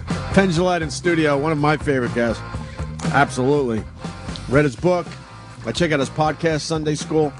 And actually, I want to go back to your trip to China. Yeah. You read about that. You wrote about that in your book. Yeah, I wrote a lot about it. It was really crazy. We did this. It was Canadian crew had this idea of doing a show showing magic around the world, but not magic done for tourists, but magic done for people of that place. And so they sent us, we were like 200 clicks out of Beijing, and we were in Shadipur, which is the slum to the slum of Delhi. We're outside of Calcutta, and we didn't see a lot of magic, saw a lot of suffering. It was amazing. In India, and, Matt, where in the hell is Matt, the guy that dances around the world, that great cool guy? He said that, India, you can go. Now, when Americans go to India, they usually go to 5-star hotels and the Maharishi, and they're doing all the incense burning and stuff. Mm-hmm. They don't go to the places in India that are less good. And turns out, and for good and sufficient reasons, if you guys had a vote, it'd be the same here in the U.S. Magicians are in India, used to be part of the untouchable class. And I'm though you're thinking, yeah, it probably should be that way. Yeah, sure. We're fine. So they were living, so here we were in our suits, mic'd up, covered with flies from head to toe, with open sewage, with leprosy and polio, all the fuck around us, trying to do kind of a comedy show. Did it smell bad? You tell me. Open sewers? What do you think? Smell good, bad? What do you think? Of course it is funny. Oh, it was wow. It was sickening. And, did you get depressed? Yes. And I had, on top of that, I had left my mom dying in the U.S. So I'm calling my mom every chance I get, and I'm going like, I'm in Calcutta. And just saying to someone on the phone, I'm in Calcutta, you go, what kind of weird turns has my life taken? Yeah. And, we have this bit. I mean, one of the guys was talking to me about it. We have this bit in our show in Vegas that we wrote it, right when we came back from China. We wrote it in 2000, and it's still in our show. We change our show all the time, but it just doesn't go away. It's our flag burning. Right. We talk about the First Amendment and how important the flag is. Right. And I remember saying to G. Gordon Liddy and also to Glenn Beck, I said, when you come to our show live, we're going to burn a flag on stage, and you're going to stand up and cheer. And they said, no way, I am against flag burning. I said, no, you're gonna stand up and cheer. So Tell and I came back from those places and just said, we have to write the most patriotic bit we could ever write. We have to write about the USA with a magic trick, because freedom has really given us everything we have. If we were magicians, we got to kind of see, and I realize this is overly melodramatic, but in that kind of pressure situation, melodrama does come to your heart. We got to see magicians our age working in Beijing and working in Cairo. And working in Calcutta, and you really kind of go, "Wow, do I want to be in Vegas?" It's just. You described a magician in China. It was deeply depressing. It was like kind of an open mall or something, and he was trying to do his shit. Oh, it was crazy. And no one was around. He was pretty much doing it for himself. When you get top down planning, that's anybody that loves government and loves bureaucracy and wants everything planned out nice. Go to China, then come back and we'll talk about it. They put together this place called Wu Chao, which, as I said, is a couple hundred clicks out of Beijing. Wu Chao, things are going to get easier. Wu Chao. And at that time, now the internet has changed everything. In the past, 12 years, everything changes entirely. But the time we were there, we were the first white people they had seen. And I'm asking them through translators, Beatles, nothing. Elvis, nothing. Madonna, nothing. And what they said when they saw me, they kept saying Michael Jordan. They thought I looked just like Michael Jordan because they had never seen. I mean, it was really funny. The pictures of me in China, you think it's some sort of gag because it looks like they've captured Bigfoot. They're all normal-sized people, and then I'm 6'7". I'm 300 pounds. I'm gigantic in the U.S. Now imagine where the average height is 5'2". And imagine this guy comes up, gets out of a van with a crew around him, and walks. I mean, there's children running and screaming. So they had decided that they should have a place to show magic. So in the middle of nowhere, they build this huge industrial place that looks like a prison, giant, and doesn't have central heating. And then they put backdrops up, and then they have like 20 magicians, and there is, and no hyperbole here, there is no one there as an audience. No one. And we're going to shoot at the magic school and at the magic performance, and there's no heat. It's the middle of the winter. They're wearing like spandex.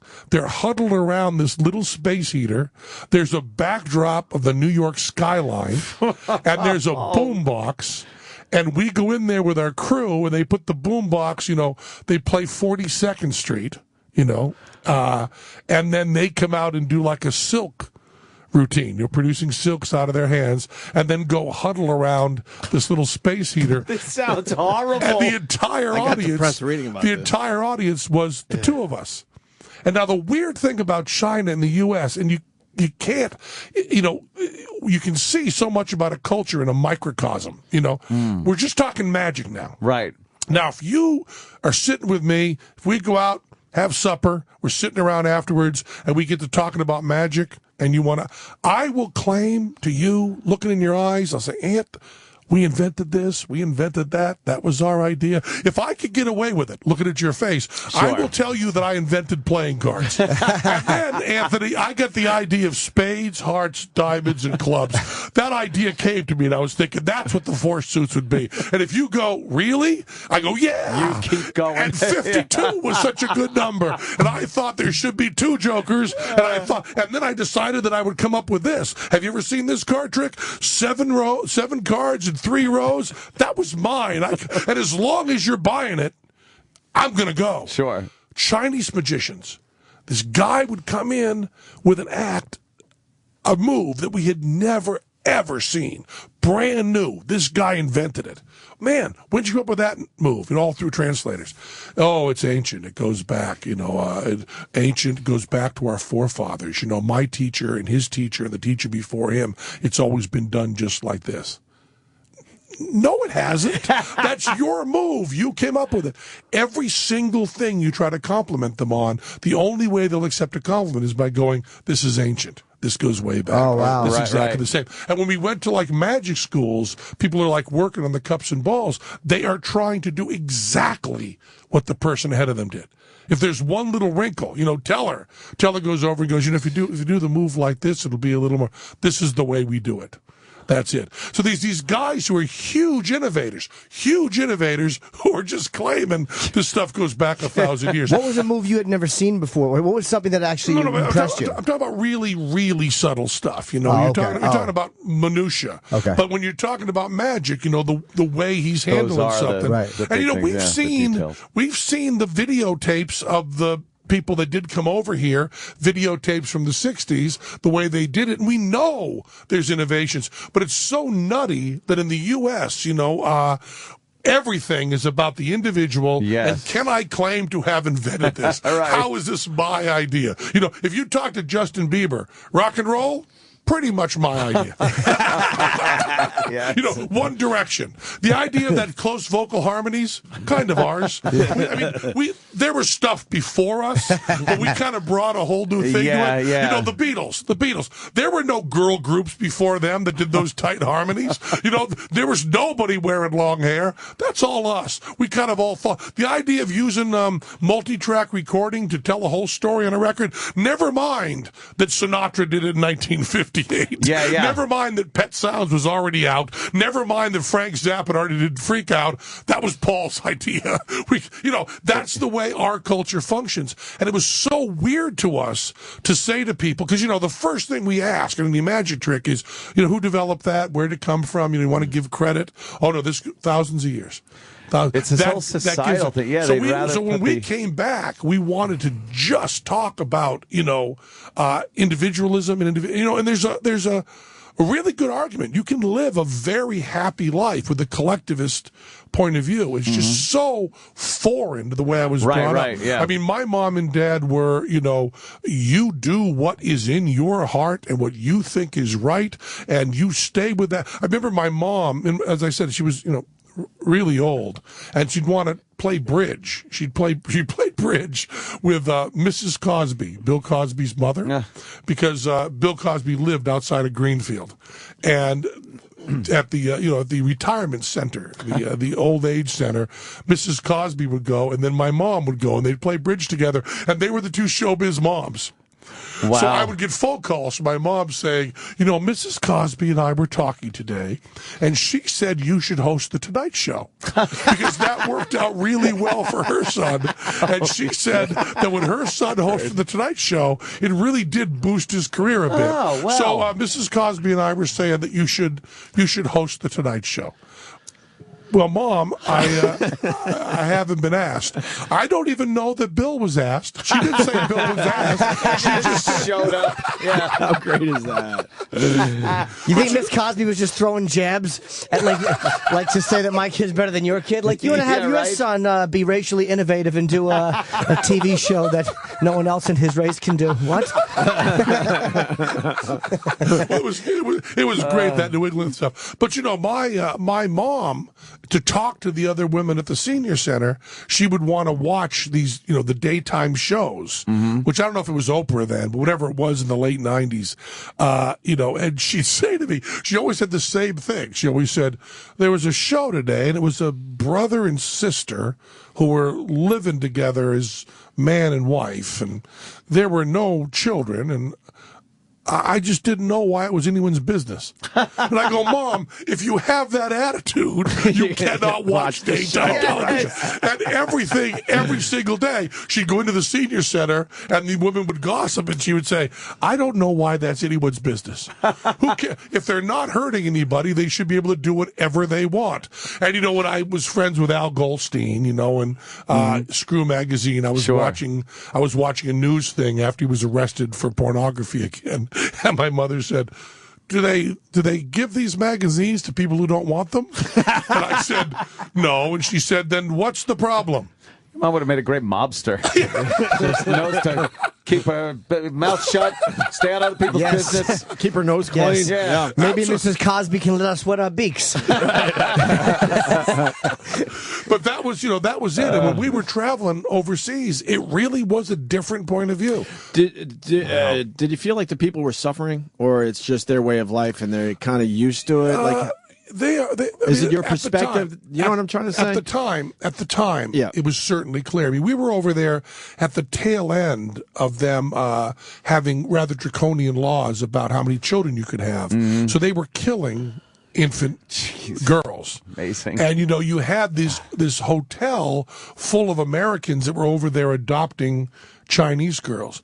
And it was just crazy to see because they had limited and they all wanted boys. Right. They were just throwing away Chinese girls. And you'd see these little babies being pulled out of orphanages. And for the people in the U.S. who were adopting Chinese babies, puts them in, I don't want to throw around words like rich, and that changes a lot, but they had to be able to get a ticket to China and back. They had to be able to get away from work for 3 weeks. They had to have a lawyer to do the paperwork. They've got to have, a couple $100. And I was thinking about these children who were left pretty much to suffer in an orphanage, and then all of a sudden, bingo, they're living in Beverly Hills. It's just it's crazy how that whole world. You just I would just sit and cry in the lobby, because the lobby, this is a 5-star fancy ass hotel where like Bond should be staying, right? And it's just all strollers and all Huggies and all this baby equipment. Wow. And all parents-to-be. I mean, none of these people have children. They've brought all this shit over from the U.S. in order to adopt the child that they will spend their life with. And now that's all changed. I mean, I want to make it very clear, I was right at the very end of that, and China's opened up, and my friend Matt, the guy who does, Where the Hell is Matt and dances around the world, says that since 2000 to now, the whole world has changed. The internet has leapfrogged people, and the education is just so phenomenal. So how do they handle it now in China? I don't know. Are they annoyed that they were robbed of this information for that long? Are you? No, but I mean, it wasn't withheld like... Because I'll tell you, I am really bummed that when I was in high school, we didn't have the web and sexting. Can you imagine having sexting? How much easier it was. What you would have on your phone? Yes. I mean, I would have, with the girlfriends I had in high school, I would have had, an entire casebook of the Supreme Court of pictures. I would have been sending so many pictures of my dick to so many people in high school. No, I'm sorry. I mean stuff like, are they mad that the the government withheld all this stuff from them for all, like almost like the way they're now seeing the world has opened up, not just the dirty individual stuff, but like in China, like you said, they'd never seen white people, and all of a sudden, oh my God, there's one area, yeah, it's just crazy. I don't know if you perceive it that way. I don't know if you perceive it that you've been stopped all these years. I mean, I wasn't really kidding about saying. How shocked are you? Because when the internet first started flowing over us, I just couldn't. I mean, I used to have to. I'd read a reference in a book and have to get on my bike and go to the library, go through the fucking Dewey Decimal System, find the book and look it up. And I just can't believe that you can say, "Oh, who's Gene Vincent?" and do a clip on that and go, "Oh, the Blue Caps," and they were on it. So who's Carl Perkins? Boom! You can learn and you can so get much the song right on your phone. Yeah, we have taken while you're walking down the street, you can think of a song, and if you have a connection, just download it. And we haven't started yet. But there are kids out there that don't know any better. We actually lived the complete opposite. You're right. My daughter said, we're in the car, we're driving. My daughter says, "Play Yellow Submarine," and I kind of laugh at her and go, "Well, it's the radio, honey. We just don't have every song here. This is serious. We can't just if Yellow Submarine." She goes, "You have it on your phone. Plug it in and play it." And I go, "Oh yeah. Well, actually, honey, I don't have it on the phone." And she goes, "Buy it." And I go, "Oh yeah, we can hear Yellow Submarine right now." Just like and that. It's still, I still can't believe that I can be driving in my car and want to hear, that band Magma from the 70s who performed everything in their own language. I'd like to hear side 2 of that double record set. Everything is available to see or listen to or read. You don't have to wonder anymore and sit there, call your friends and go, "Who was that guy in that movie?"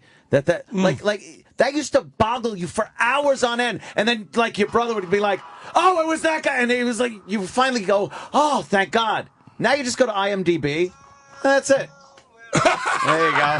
All right, It took 15 seconds. Yeah. And I didn't have to buy it. Exactly.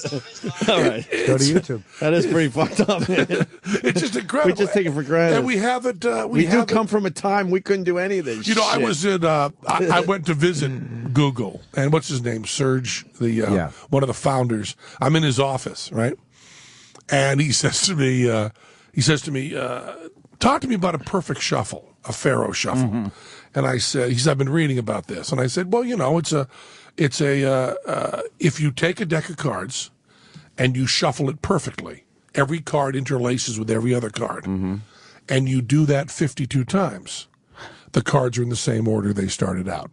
Now, if instead of doing the outer cards mixing, if you do it so the inner cards mix, after 8 times, the cards are in the exact order you want." Whoa. So if you can do a perfect shuffle, you can lay out the cards just the way you want them, right?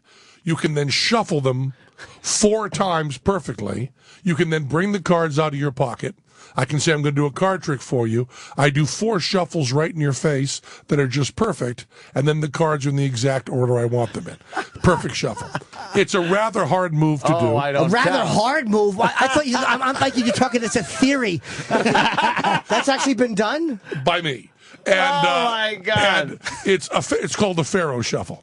So Serge says to me, "I really want to know all about the Pharaoh shuffle, and I want to learn how to do it." And he said, "Can you teach me?" I said, "Sure. Open up Google, type in Pharaoh shuffle.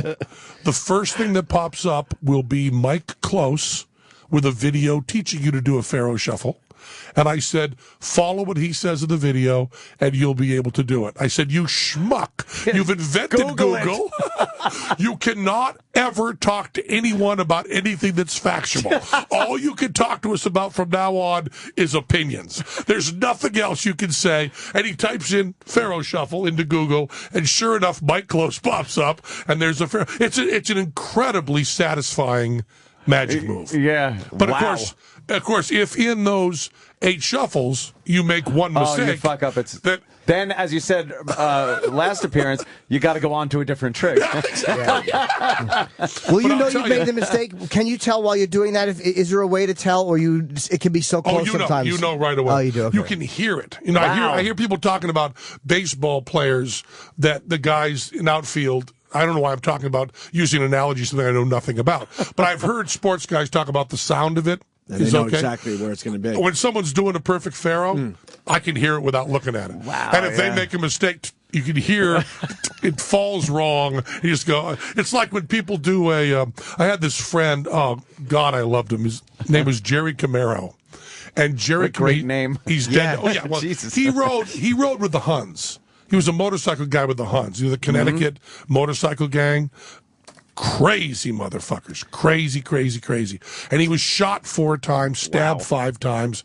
He's the one that got the idea of stealing arms from the Black Panthers and selling them back to them. That was his idea. Good thinking. So he was in the hospital. He did time in jail for a long time. And then he asked to get out of the gang, which you can't do. But he'd done so much service for them. He asked to get out. They let him out. And he became a close-up magician. And we got to know each other. We were really good friends, and I loved him. And he would do second deals and bottom deals. You know, he'd take a deck of cards, he could deal them just like this, and the top card stays in place. He's coming off the bottom or off. So you put whatever you want on the top. You got your ace on the top. You deal as long as you want. Whatever you want that ace to fall, it does. Or you put whatever card you want on the bottom, it's there. And the thing that kills you on doing seconds is that people hear it. And if you don't know what you're listening for, that is not quite perfect. And people will hesitate for a moment. So it's, and you hear that and go, something's wrong. And they look at you. His were perfect. You get down right at his fingers and look at perfect. Does that mean he's dealing from the bottom of the deck? Or? Dealing from the bottom of the deck. And you can't second. tell? You cannot tell. Can you do cannot that? see it, cannot hear it. No! That's the point of the story. The point of the story is what he's doing is impossible. Impossible. Oh, my So God. one of the things magicians do to make money, because making money in magic is a tough gig, is they'll do lectures, which means they go around to different little chapters of magicians. You know, go out to Brooklyn. There's 30 guys get together in a church basement, and they pay you a couple $100. You do your lecture. You sell your lecture notes, and then you go to Fridays with them. They buy you dinner, and then you sleep on some guy's couch. And you tour around the country. That's where you make your living doing lectures.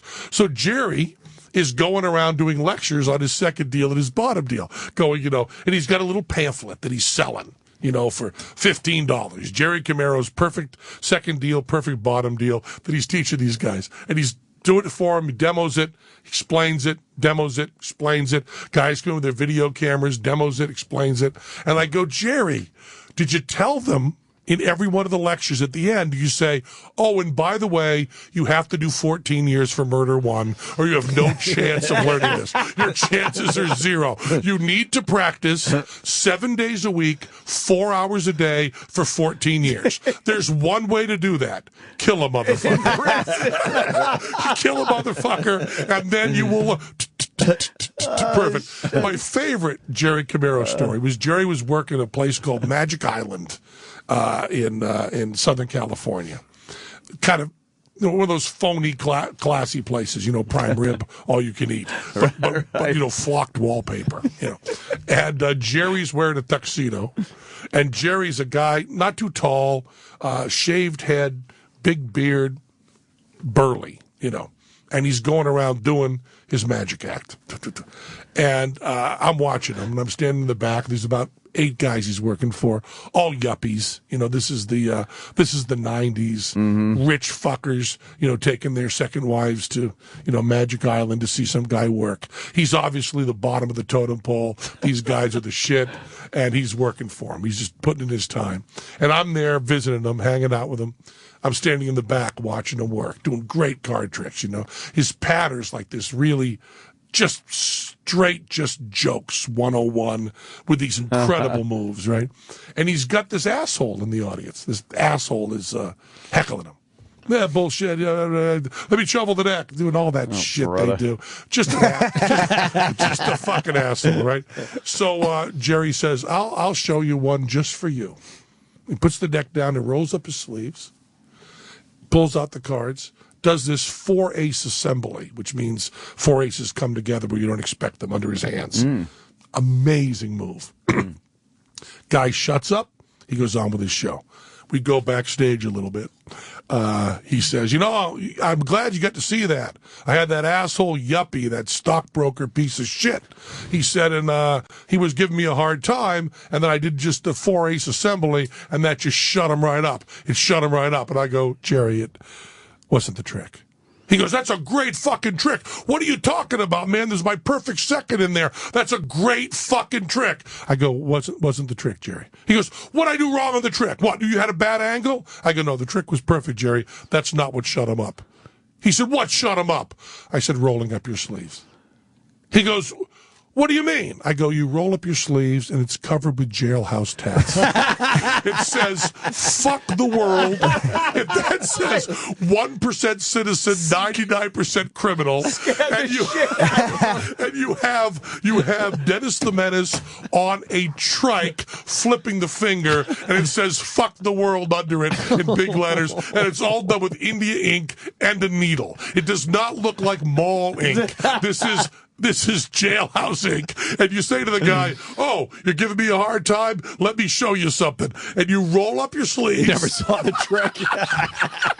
And the guy is not seeing anything with the aces. He's just going, guy's got fuck the world tattooed on his forearm, and I was just heckling him. If I keep heckling him, that entire deck of cards is going up my ass, followed by his cock, and I'm guessing it's big. Amazing. Yes, sir. No, sir. From now on. He went, well, a lot of people have tattoos. I go, not like that. They don't say fuck the world. And it was this beautiful image because he's wearing a tuxedo.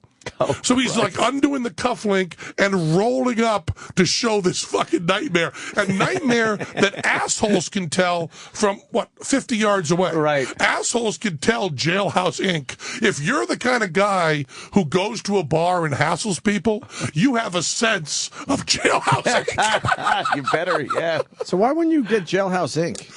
For a tattoo instead of going to the stupid mall? Right? That would be a good business, I think. Yeah. Jailhouse Inc. Get a guy who used to do it in the joint and open up a little shop. Yeah, well, they do it We'll with make you look like you're in the joint. It was Jailhouse Inc. It's amazing how everything changes everything. There was an article written, a nutty article, just to show you the kind of shit that I'll occasionally read, about how Jailhouse Inc. changed because of cassette players. When Walkman hit cassette players, guys in jail learned how to use the motor of a Walkman to move a needle in and out. So Jailhouse Inc. changed to the tribal patterns as soon as Walkmen got into prisons. So that's how technology changes our world. Wow. The kind of tattoos you had. Now, the kind Jerry had were pre-Walkman, so they were just some guy paid in cigarettes and sexual favors sitting there with a needle with thread tied around it so it wouldn't go in too deep, dipping into India ink, squeezed out of flare pens, broken flare pens, and putting each dot in one by one just so the guy that he's serving can say, fuck the world on his forearm forever. But that's the kind of guy Jerry Camaro was. The other story I loved about Jerry was Jerry and I were very close, and I loved him. But we did not understand each other. He'd done 14 years in prison. I, myself, have not. That makes a difference in a Kind of person. hard to wrap your mind around. So Jerry's on a train going to another one of these gigs. And he hadn't seen me in a couple years. And he's walking through the bar car. Jerry didn't drink, but he's going to get a sandwich. And he sees a guy, big guy, ponytail, talking at the bar. And he goes, oh, man, that's Pan. That's Pan. That's really exciting. It's Pan. It's Pan. And he starts to walk over, and as he gets closer, he sees it's not me. And he's really bummed. But he's close enough now he can hear the conversation. And the guy's chatting up this woman, talking to her about being on Letterman, and says the name Teller. Oh, shit. So he's passing himself off as me. The poor bastard. Oh, man. I mean, he wants to look like Brad Pitt. But the poor fucker looks like me, so that's the lie that's open to him. His possibilities are he could be Randy Quaid or he could be Penn Jillette. Those are the two choices that God has given him. So he's chatting the guy up, and Jerry walks over to him and goes, are you Penn Jillette? And the guy goes, yeah. And Jerry goes, that's funny. I'm Jerry Camaro. I've been your friend for 20 years. Hauls off, hits him in the face, decks him, knocks him down, and then says to the girl, that's not Penn, don't fuck him. And leaves. Okay? Wow. That's it. And he calls me up and says, yeah, I did that. I said, why'd you hit him, Jerry? What do you mean, why'd I hit him? He was saying he was you. Poor fucker, why'd you hit him? Now, just listen, I hate when you do this to me, Penn. I hate when you fuck with me on shit. Obviously, if you saw someone claiming to be Jerry Camaro, you would have hit him. No, I wouldn't. I might not have even said he's not Jerry Camaro. I might have just sat and watched and laughed. Okay, you're an asshole, but you're friends. There's no friend that you have that wouldn't have decked that guy. I said, there's no friend I had that would have decked that guy. Don't you know anything about honor and respect and how you deal with your friends? Yes, and they don't include hitting some poor bastard who's trying to get his dick wet by saying he's an ugly guy on TV. And Jerry and I mean, it was a major argument over the phone with him going, listen, I'm just going to, I know you're fucking with me. I know you do that. I know in my heart that if someone claimed to be Jerry Camaro, who's going to claim to be? No, but if somebody did, that you would have hit him in the face. No! Yes, you're just fucking with me. I would not have hit. No, but that was the world's. Man. And Jerry would be in a magic store, and someone would say, Penn and Teller on Letterman last night. Not my favorite bit. Over the counter, guy against the wall. What the fuck? He's a friend of mine. That was a good shot on Letterman.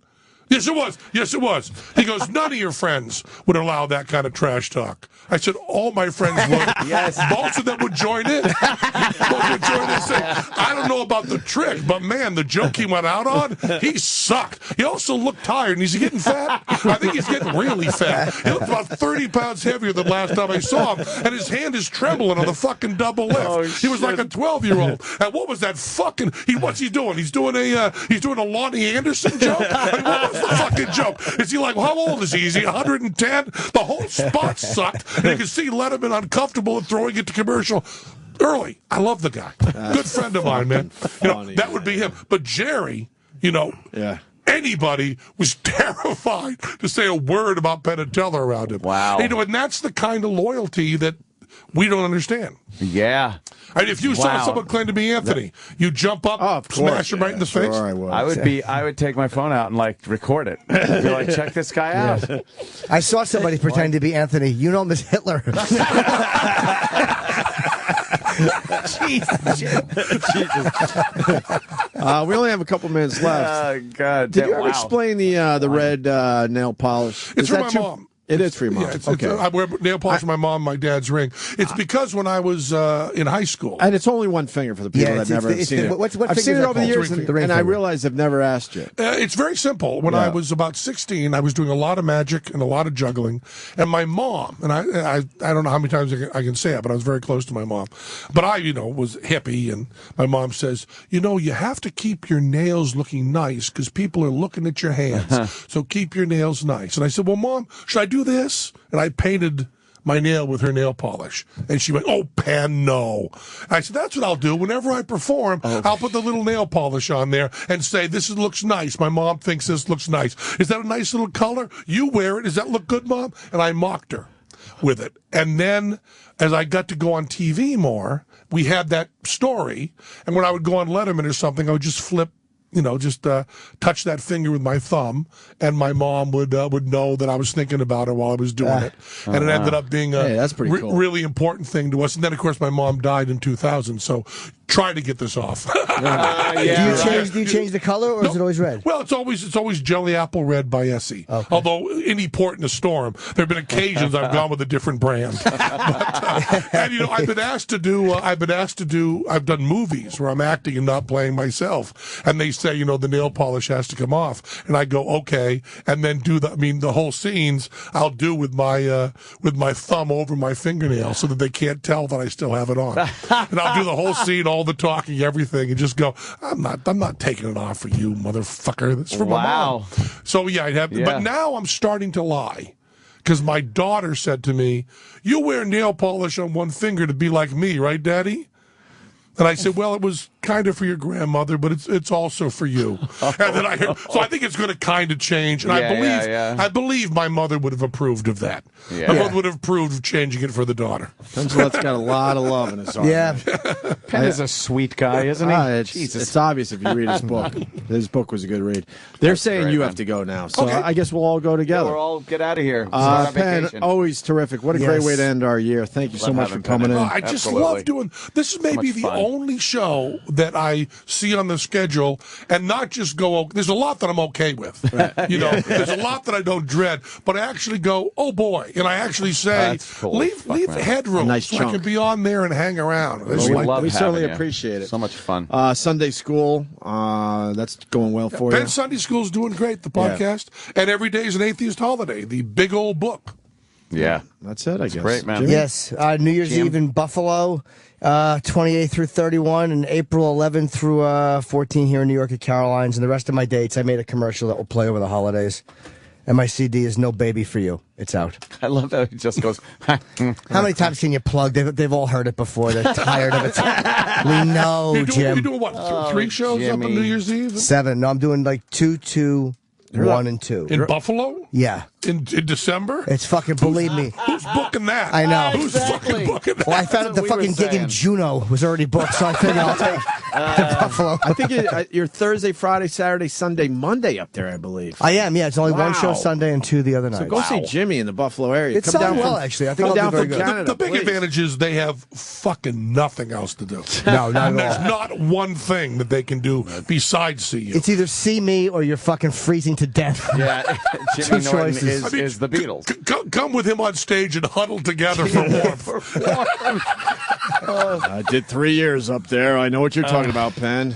Yes. 3 years of radio up in Buffalo. Land of the people. unfuckables. Good people, though. We used to call them Buffalo Betties. Yeah. Buffalo Betties. They kept you warm at night. Yeah. Their This big Sunday, sweatshirts. This Sunday at 89 North Music Venue in Patchogue. Me and my brother and the other guys from Rotgut going to be playing there, also with Almost Journey and To You. That's this Sunday at 89 North Music Venue in Patchogue. Be there. Yeah, thank you.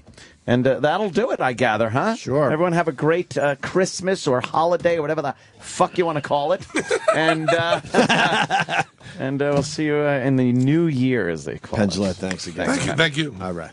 The Opie and Anthony Show is available later today with SiriusXM On Demand. All right, you've heard about it. You've waited 4 long hours for it. And now the moment you've waited for rears its ugly nose.